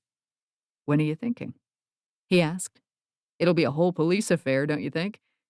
Kind of like the chief getting married, Laurel said. We have a lot of the same friends. We better look at the events calendar for the station and the cove. Then we can pick a time when there's nothing major going on. In the summer? Laurel asked, shaking her head. There's always something major going on. Things are fairly quiet once September hits, he said. That's 4 months, she said, counting quickly. Actually 5. Too soon or not soon enough? Laurel looked at him, their eyes locking. Love like Laurel had never known moved through her, and she said, "Not soon enough." He chuckled as she kissed him, quickly sobering enough to make it a meaningful, lasting kiss that turned Laurel's blood to lava. When they separated, she said, "I'll talk to Robin. Let's send them a picture." Paul posed with her, first with a joyous, smiling selfie, and then he twined his fingers through hers as she took a picture of her left hand, where the glinting diamond would tell her friends everything they needed to know. She sent both pictures to the group message string, did the same for her mother, promising to call her later, then silenced her phone and looked at her fiancé. "I want dessert first." Paul chuckled and moved back to his side of the booth. "Dessert first you shall have," he said, and Laurel grinned at him. Chapter 39. Kelli looked at the house where her mother lived now, noting that Devin had already arrived. "Go see Grandma," she said to Parker as the car came to a stop. Her son jumped from the car, his new toy in his hand. Kelli thought 9 was young for her son to have a cell phone, but he'd be 10 in a few more months, and she wouldn't be going to Diamond Island with him anymore. She'd decided to put in her 2 weeks' notice, and she'd be done at the junior high before May 1st. She inhaled deeply as she got out of the car, clutching the folder she'd brought to show her mom the designs and ideas she had for the house on Seabreeze Shore. Kelli felt herself retreating from the hard conversation, the way she had so often in the past. She pushed against that desire, because it was time to stop running from hard things. She'd been facing them head-on for several months now, and she liked how strong she felt. She liked that she'd taken control of her life and that she was making her dreams into realities. She heard Parker and her mom talking and laughing, and that gave her an added measure of strength to get up the steps and inside the house. She closed the door behind her, bringing her mother's attention to her. "Hello, darling," her mom said, moving past Parker to hug Kelli. "I thought you might not come." "We just missed the first ferry," Kelli said. "I had a slow start to this morning." She'd had quite a few restless nights, that was for certain. She hugged her mother while Parker showed Devin the cell phone. "I can't believe you got him one of those," her mom said, pulling back and moving to stand next to Kelli, facing the house. It was a comfortable house, with plush couches in a dark brown fabric and cheery curtains over the windows. "Well, I quit my job at the school," Kelli said. Her mom gasped. "You did? Why?" The little Yorkie her mom had adopted ran over to them, and she bent to scoop her into her arms. Kelli grinned at the little dog and reached over to pat her head. "I'm going to open a yoga studio and wellness center in the house on Seabreeze Shore." Her smile only grew every time she spoke those words. "So I'm not going to be going to Diamond with him. It only texts and calls, no data." Her mom simply searched her face, and Kelli lifted the folder. "Let me show you." She went into the kitchen at the back of the house, where Devin asked her if she wanted coffee. "Yes, please," she said, taking a seat at the table. She spread the folder open and pulled out the 4 sheets that formed a square, the footprint of the house. "Down on the main level, we'll do fitness classes, 1 on each side of the stairs. I'm putting in a sliding barn door across what used to be the office. That will be the more tranquil space. I'm going to teach yoga there." She glanced up at her mother, who peered at the papers as if they held calligraphy she didn't understand. "I'll do aerobics on the other side," Kelli said. "I've got plans to hire more instructors. I know what it looks like because I worked at that gym in Jersey for years." She felt so much confidence in her ability to do this and do it well. Shad said that enthusiasm and confidence poured off her, and Kelli hoped that was true. "In the back, I'm going to have a juice bar," she said, pointing to the rendition. "There won't be any tables or anything, more like a counter where people can order what they want and the chef will make it for them." "A wellness center," her mom read, reaching out to trace her fingers along the top of the plans where those words sat. "Upstairs," Kelli said, shifting the papers to reveal the footprint of the house on Seabreeze Shore on the second floor. "I'm going to have 2 massage rooms. The master bedroom is going to be for couples. Heather's bedroom is going to be for singles. My old bedroom is going to be the admin office." That was her whole pitch. Though Kelli could go on and on about how she'd already ordered the tables, the linens for the bathrooms throughout the house, the yoga mats, and that she and Eloise were going to meet the moment she returned from her honeymoon to go over the scheduling software. "I can do this, Mom," she said. Her mom looked up from the papers, her expression bright with hope. "Of course you can, Kelli." She reached out and cradled her face in her palm. "Of course you can. I don't doubt that for a second." "That house is important to me," Kelli said. "I know it's not to you, and I totally understand that. I think this way, the house will be used and enjoyed, and I think it's going to be really great." Her mom smiled, the corners of her mouth wobbling just a little bit. "I can't wait to come." Kelli's eyebrows shot up. "Really? You'll come?" Her mom nodded and swiped at her eyes. "Yes, I need to put that chapter of my life to bed, and I can't wait to see that house used in an appropriate way. It's a lovely house." "It is," Kelli said, her own eyes filling with tears. "Thank you, Mom." They hugged, and Devin set a mug of coffee on the table. "This looks fantastic," he said. "Are you taking men and women?" "Yes." Kelli's voice sounded somewhat strangled, but she swallowed the lump of emotion in her throat. "Everyone is welcome. I might get a male instructor just for a men's class. We'll see how everything is received." "It's going to be great," her mom said. "Everything like this is on Diamond, and this will be great for people on Belle and Pearl." "I hope so," Kelli said, her mother identifying the one thing she was worried about: location. The house on the cliffs above the shore had amazing views for a family, but for a wellness center? Would people come? She cleared her throat again and gathered up the papers. "Will you sit down for a second, Devin? I have one more thing to talk to you two about." She glanced from her mother to Devin, the man she'd been dating for quite a while now. He took a seat, his brown eyes warm and inviting. Kelli wasn't sure how to start. The paper, she thought, and she pulled out the remaining papers in the folder. "Dad had a lot of money in the bank, Mom. He had a private account no one knew about until very recently."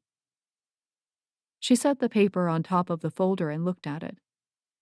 The numbers there still sent a staggering shock through her body. She turned the folder and pushed it in front of her mother. "He didn't cheat on you. That much I've learned and been able to verify. Sydney Tyler said she never slept with him. She was having an affair with someone else that drove her to leave the cove." She glanced at Devin, because this impacted him too, most likely. He didn't seem to be going anywhere, and Kelli wouldn't be shocked if her mother married him sooner rather than later. He blackmailed people, though, so it's not like Guy Watkins was a stand-up guy in the community. That's what this money is. It's been in this account for years, with only one beneficiary on it, and that person didn't know she was the beneficiary because she didn't know about the account. Her mom looked up from the paper, her eyes wide and filled with astonishment. "This can change our lives," Kelli said quietly. "I've already told Heather and Sabrina about it. I just need to know if we should split it 3 ways or 4. Her mom started shaking her head. "No, I don't need money." "Honey," Devin said, and he slipped the folder away from her to look at it. "I know you don't need it, Mom," Kelli said gently, though she thought her mom could definitely use the money. "But you should take it. You and Devin should go to Mexico or Hawaii and get married." She grinned at the two of them. "I'm using a lot of mine to get the wellness center off the ground. Heather said she's going to pay off all their debt, and then she and Garrison are going to take that trip to Iceland they've always wanted to take. Sabrina is going to buy a sailboat." Kelli reached over and covered her mom's hand. It shook beneath her touch. "He's gone, Mom. The money is here. We might as well use it." "This is life-changing money," Devin said, his voice half stuck in his throat. "Yes," Kelli said, taking the folder with the statement back from him. She tucked it away. "I have all the legal papers already drawn up. It's just a matter of filling in the amount and putting on your name, Mom. I think you should take it." "You girls won't be upset?" "Absolutely not," Kelli said firmly. "It's one call to Alice, and everything is done within a few days." "Alice is such a good friend," her mom murmured. That was beyond true, and Kelli loved Alice even more for her steadiness and knowledge of what to do with this bank account. The amount hovered near $1 million, and even split 4 ways, that was enough money to do exactly what Devin had said: change a life. More than one, Kelli thought. Her father had probably not planned to have her life, or anyone's but his, impacted by the money, but he wasn't here to do anything about it. "It's just money, Mom," she said softly. "You can't take it with you. Enjoy it while you can, and then we'll split it anyway." Her mom finally relaxed and looked at her. "I see what you're doing. Already planning on me dying." She grinned and then started to laugh. Kelli hadn't heard her mother laugh in so long, and it sounded like beautiful music to her ears.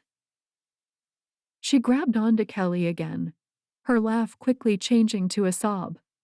"Okay," she said through her tears. "Okay, I'll split it with you girls." Kelli wept too, not even trying to stop herself. "I meant what I said about Mexico," she whispered. "You and Devin clearly love each other." Her mom only nodded, and when she pulled away, she ducked her head to wipe her eyes. "I think Devin and I will get married on a beach right here. We'll get you 3 girls back here with your families, and then it doesn't matter what the location is." Kelli pressed her lips together and nodded. "We definitely need a family reunion here in the Cove. That way, Heather and Sabrina might be able to see that things changed, and people changed, and they didn't need to stay away to save their sanity." "Mom, those big pelicans are back," Parker said, bursting through the back door. "Come see." "Yes," Kelli said, stepping out of the awkward mood as she rose to her feet. "Let's go see the pelicans." She grinned at her mother, left the folder with her entire future in it, and stepped toward the back door to go look at some birds with her son. "When are you and Shad going to get married?" her mom asked in a near whisper as they stood on the back deck that faced the shoreline. Kelli warmed from head to toe, but merely shrugged. "It's too soon to know things like that," she said. Parker ran through the backyard, flapping his arms like he was the pelicans they could see flying over the water. "But you like him, right?" "Yes," Kelli said. thinking adore was a better word for how she felt about Shad. Her phone rang, and Alice's name sat there. "Oh, Mom, it's Alice. I need to answer this." She stepped away from her mom and answered with, "You literally just saved me from an awkward conversation with my mom and her boyfriend about Shad. Thank you." Alice laughed, and Kelli felt freer and lighter than she had in a long, long time. I'm glad. Did you already talk to her about the money? "Yep," Kelli said. "She's in, Alice. Make it a 4-way split and add her name to the paperwork." Joy sang through her, and Kelli answered Alice's questions and spelled her mother's name for her, just to make sure she got it right. "Thanks so much, Alice. I mean it." It's no problem, Alice said. The things we've been through the past year, I swear. She sighed, and Kelli felt it way down deep in her core. "Life is interesting, isn't it?" Kelli said. "I mean, who would have thought I'd come back to the cove and live here?" Alice laughed lightly. Ditto. "I'm glad we're all here, though," Kelli said, thinking of her road back to Five Island Cove. Me too. Alice said. Especially you, Cal. I can't wait to see what you do with the Wellness Center. "Should be an interesting summer," Kelli said, thinking of Eloise's wedding coming up in only a couple of weeks. AJ was getting married too, and her baby would be here come August.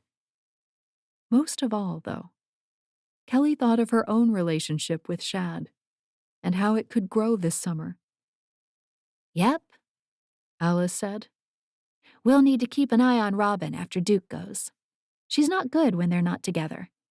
Definitely, Kelli said. And we need to make Laurel set a date. I'm afraid she won't if we don't pin her down. Leave her to me, Alice said. She's coming for lunch tomorrow. I'll see what I can do. Kelli smiled and said, "We need to get Kristen into a new place, too." Yes, Alice said slowly.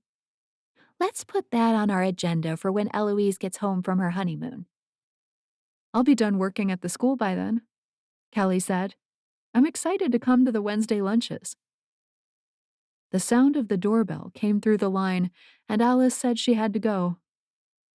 Kelli hung up and took a deep breath, her thoughts running through all she needed to do for the wellness center and to take care of the people she loved. It should definitely be an interesting summer. Chapter 1. Eloise Hall woke when her fiancé's alarm went off. Thankfully, the first light of day had started to seep through the curtains, and Eloise knew she wouldn't go back to sleep. She'd had a terrible time falling asleep, too, because today marked only 3 days until her wedding, and her dress was completely tailored and ready to be picked up. Robin would be by at 9:30 to take Eloise to the dress shop, and then they needed to finalize the fruit platter with the caterer as well. She'd selected a seasonal fruit buffet, and the caterer now knew what they could offer. "Getting up, sweetheart?" Aaron asked from his side of the bed. "Yes," she said. "I promised Billy I'd help her with her hair today, and I've got a call with Marge before Robin's coming." "I can't wait to see the dress," he said, coming around to her side of the bed. He leaned over and kissed her. "You can see it in 3 days," Eloise said, feeling soft and warm inside this house, this bed, the arms of this man.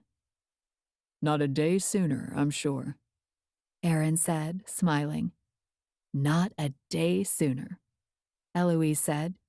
Can you imagine the scandal that would hit the Cove Chronicles if it got out that the chief of police had seen his bride's dress before the wedding day?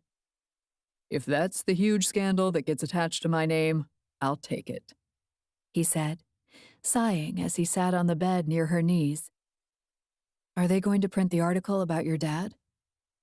"He says this kind of stuff happens every election year." I don't understand what would possess someone to want to run for office. It takes a special breed of human being. Aaron agreed, his hand moving down Eloise's leg. You and the girls will be back in time for dinner with my parents? Of course, Eloise said, enjoying Aaron's touch against her skin. We'll be on the 5:20 ferry, and we'll be here by 6. Great, he said. The food will be delivered at 6:30, and we'll eat soon after that. I'll make sure the girls are at nearly their best before we leave the inn, Eloise said. They're my parents, Aaron said. They know what Billy and Grace are like. Right after their mother left, my mom came over. We were all a horrible mess, and I don't think I'd brushed poor Grace's hair for a week. Eloise lay in bed and listened to him talk for a few more minutes. And then he stood. I'm going to go shower, love. Okay. Eloise rolled over and closed her eyes, letting the soothing sound of the rainfall showerhead lull her back to sleep. When Aaron came back into the bedroom to put on his shoes, she woke again. I love you, El, he said on his way out the door. And Eloise repeated the sentiment back to him. A few minutes later, she got out of bed and padded down the hall in her nightgown, where she found Aaron making coffee and Billy shoving books in her backpack. The silence in the kitchen meant they'd started this Thursday with an argument, and the way Billy looked at Eloise with such earnestness confirmed it. Make sure you have your math homework, Aaron said, turning and sipping from his mug.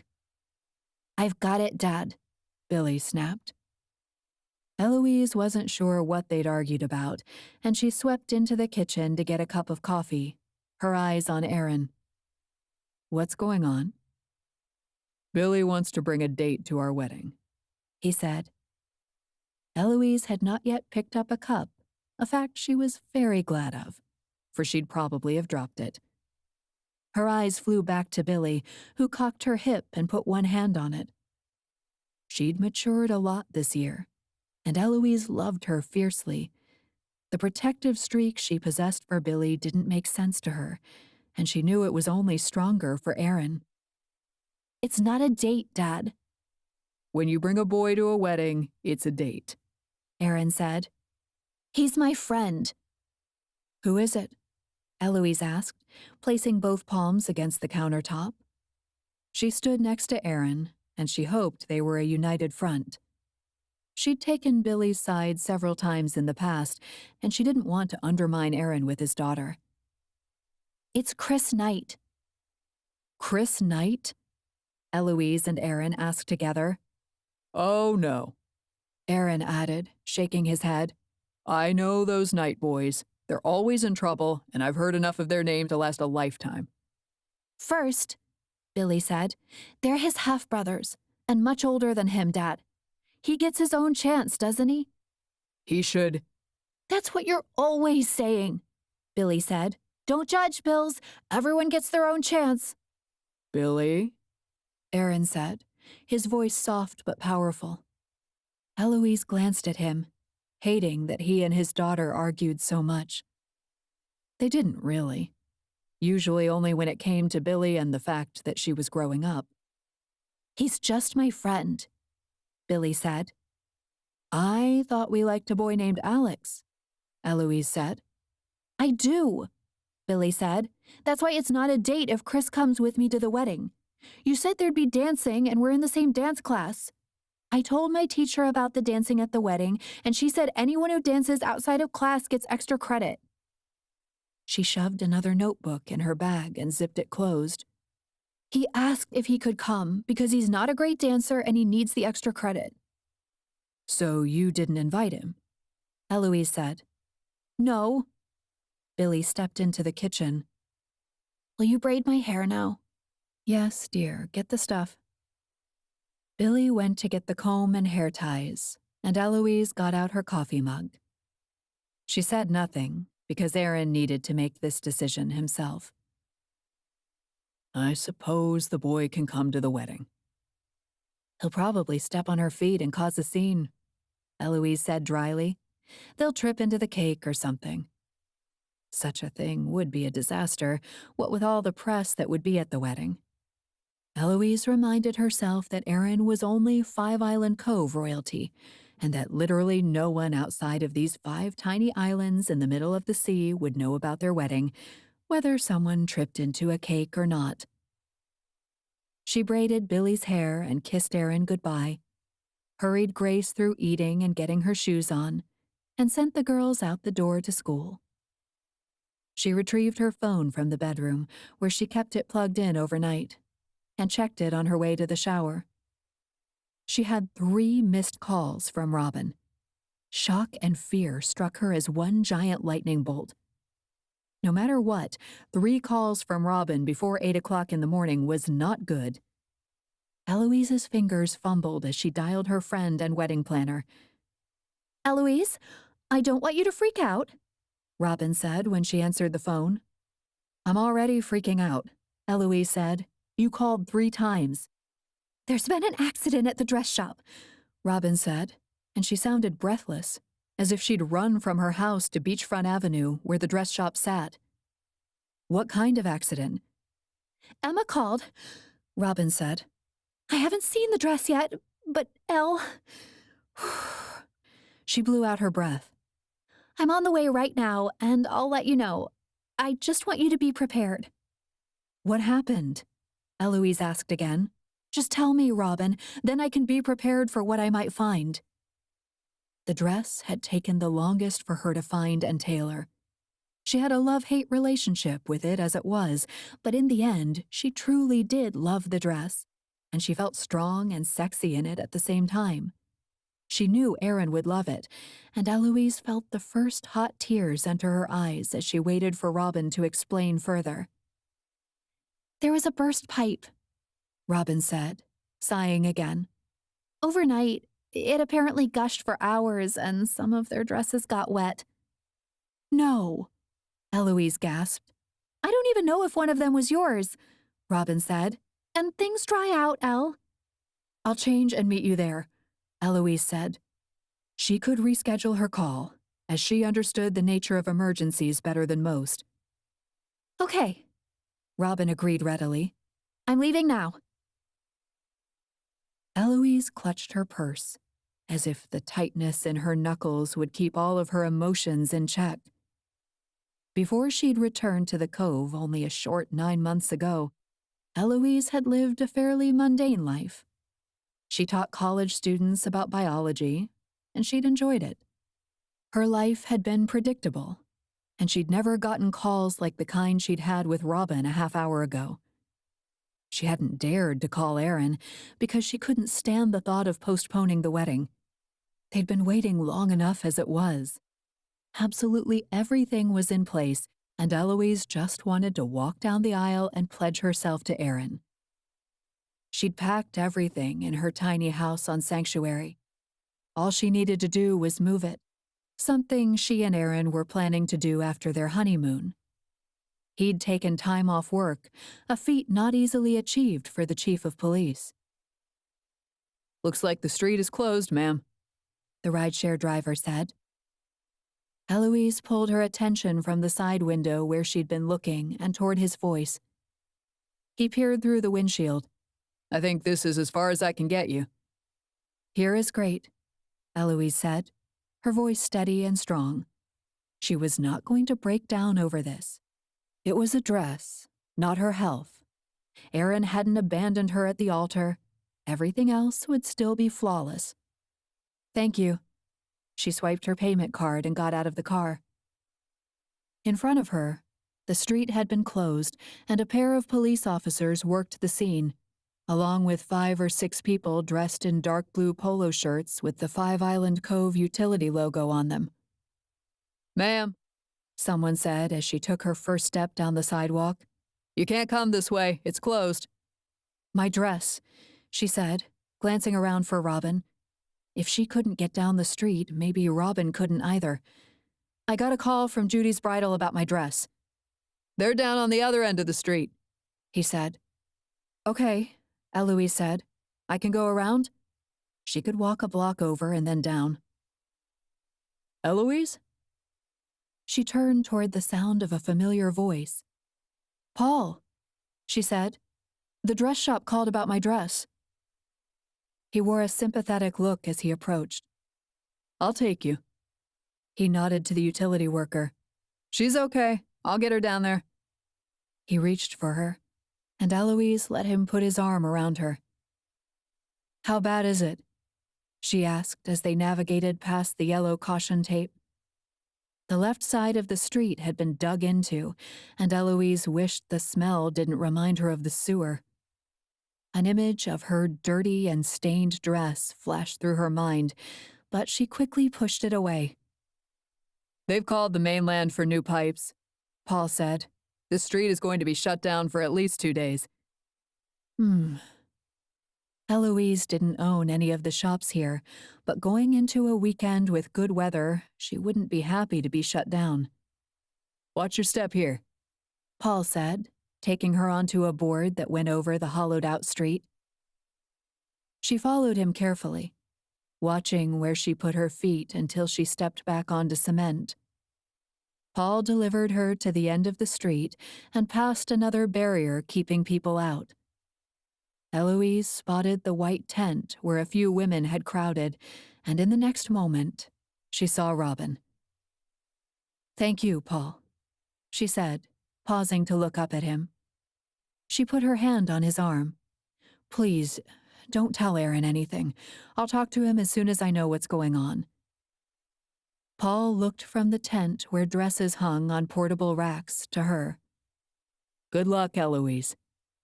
He bent down and hugged her, and Eloise clung to him a little bit. She cleared her throat as she stepped away, and Robin took the last 2 steps to her. She grabbed her in a hug and said, "Come see. It's not so bad." "Really?" Eloise asked as she started walking with Robin. They arrived at the tent, where Eloise picked out her dress instantly. Not so bad? She took in the once white lace that now held a shade of gray no one wanted on their wedding dress. There was no way that would come clean. The strongest bleach couldn't take out sludge. The bottom of the dress looked like someone had dipped it into a vat of dye the color of mud, and it seeped up the skirt until it finally petered out. Only the middle of the dress, from about the knees to the wide sash around her waist and into a few inches of the lace that covered the bodice, remained clean. She reached out and touched the wide straps that went over her shoulders. They too had the look like someone had dropped gray ashes on them and then rubbed them into the fabric. "This is terrible. There's no way I can get this cleaned." "Yes," Robin said, hooking her arm through Eloise's. "We can. I've already called Mike, and he's waiting for us." She tightened her hold on Eloise's arm. "It's just mud. He can clean it." "This isn't mud," Eloise said, drawing back her fingers from the sooty substance. "What is that?" "It's debris from the ceiling," Robin said in a miserable voice. "Mike is a miracle worker, Elle. Let's get this over to him." She released Eloise's arm and picked up the dress. "I've got my van." She seemed so positive and so sure, and Eloise grabbed onto her optimism as she went with Robin. That was all she could do. Oh, and pray. She could do that too, and Eloise kept up a stream of pleading as Robin put the ruined wedding dress in the back of her van. "Do we have a backup plan?" Eloise asked as she got in the passenger seat. Robin looked at Eloise, pure nerves in her expression. "Let's go shopping as soon as the stores open," she said. "Just in case." This has been The House on Seabreeze Shore, uplifting women's fiction. Five Island Cove, Book 5. Written by Jessie Newton, narrated by Jill Smith. Copyright 2021 to present by AEJ Creative Works. Production copyright by AEJ Creative Works.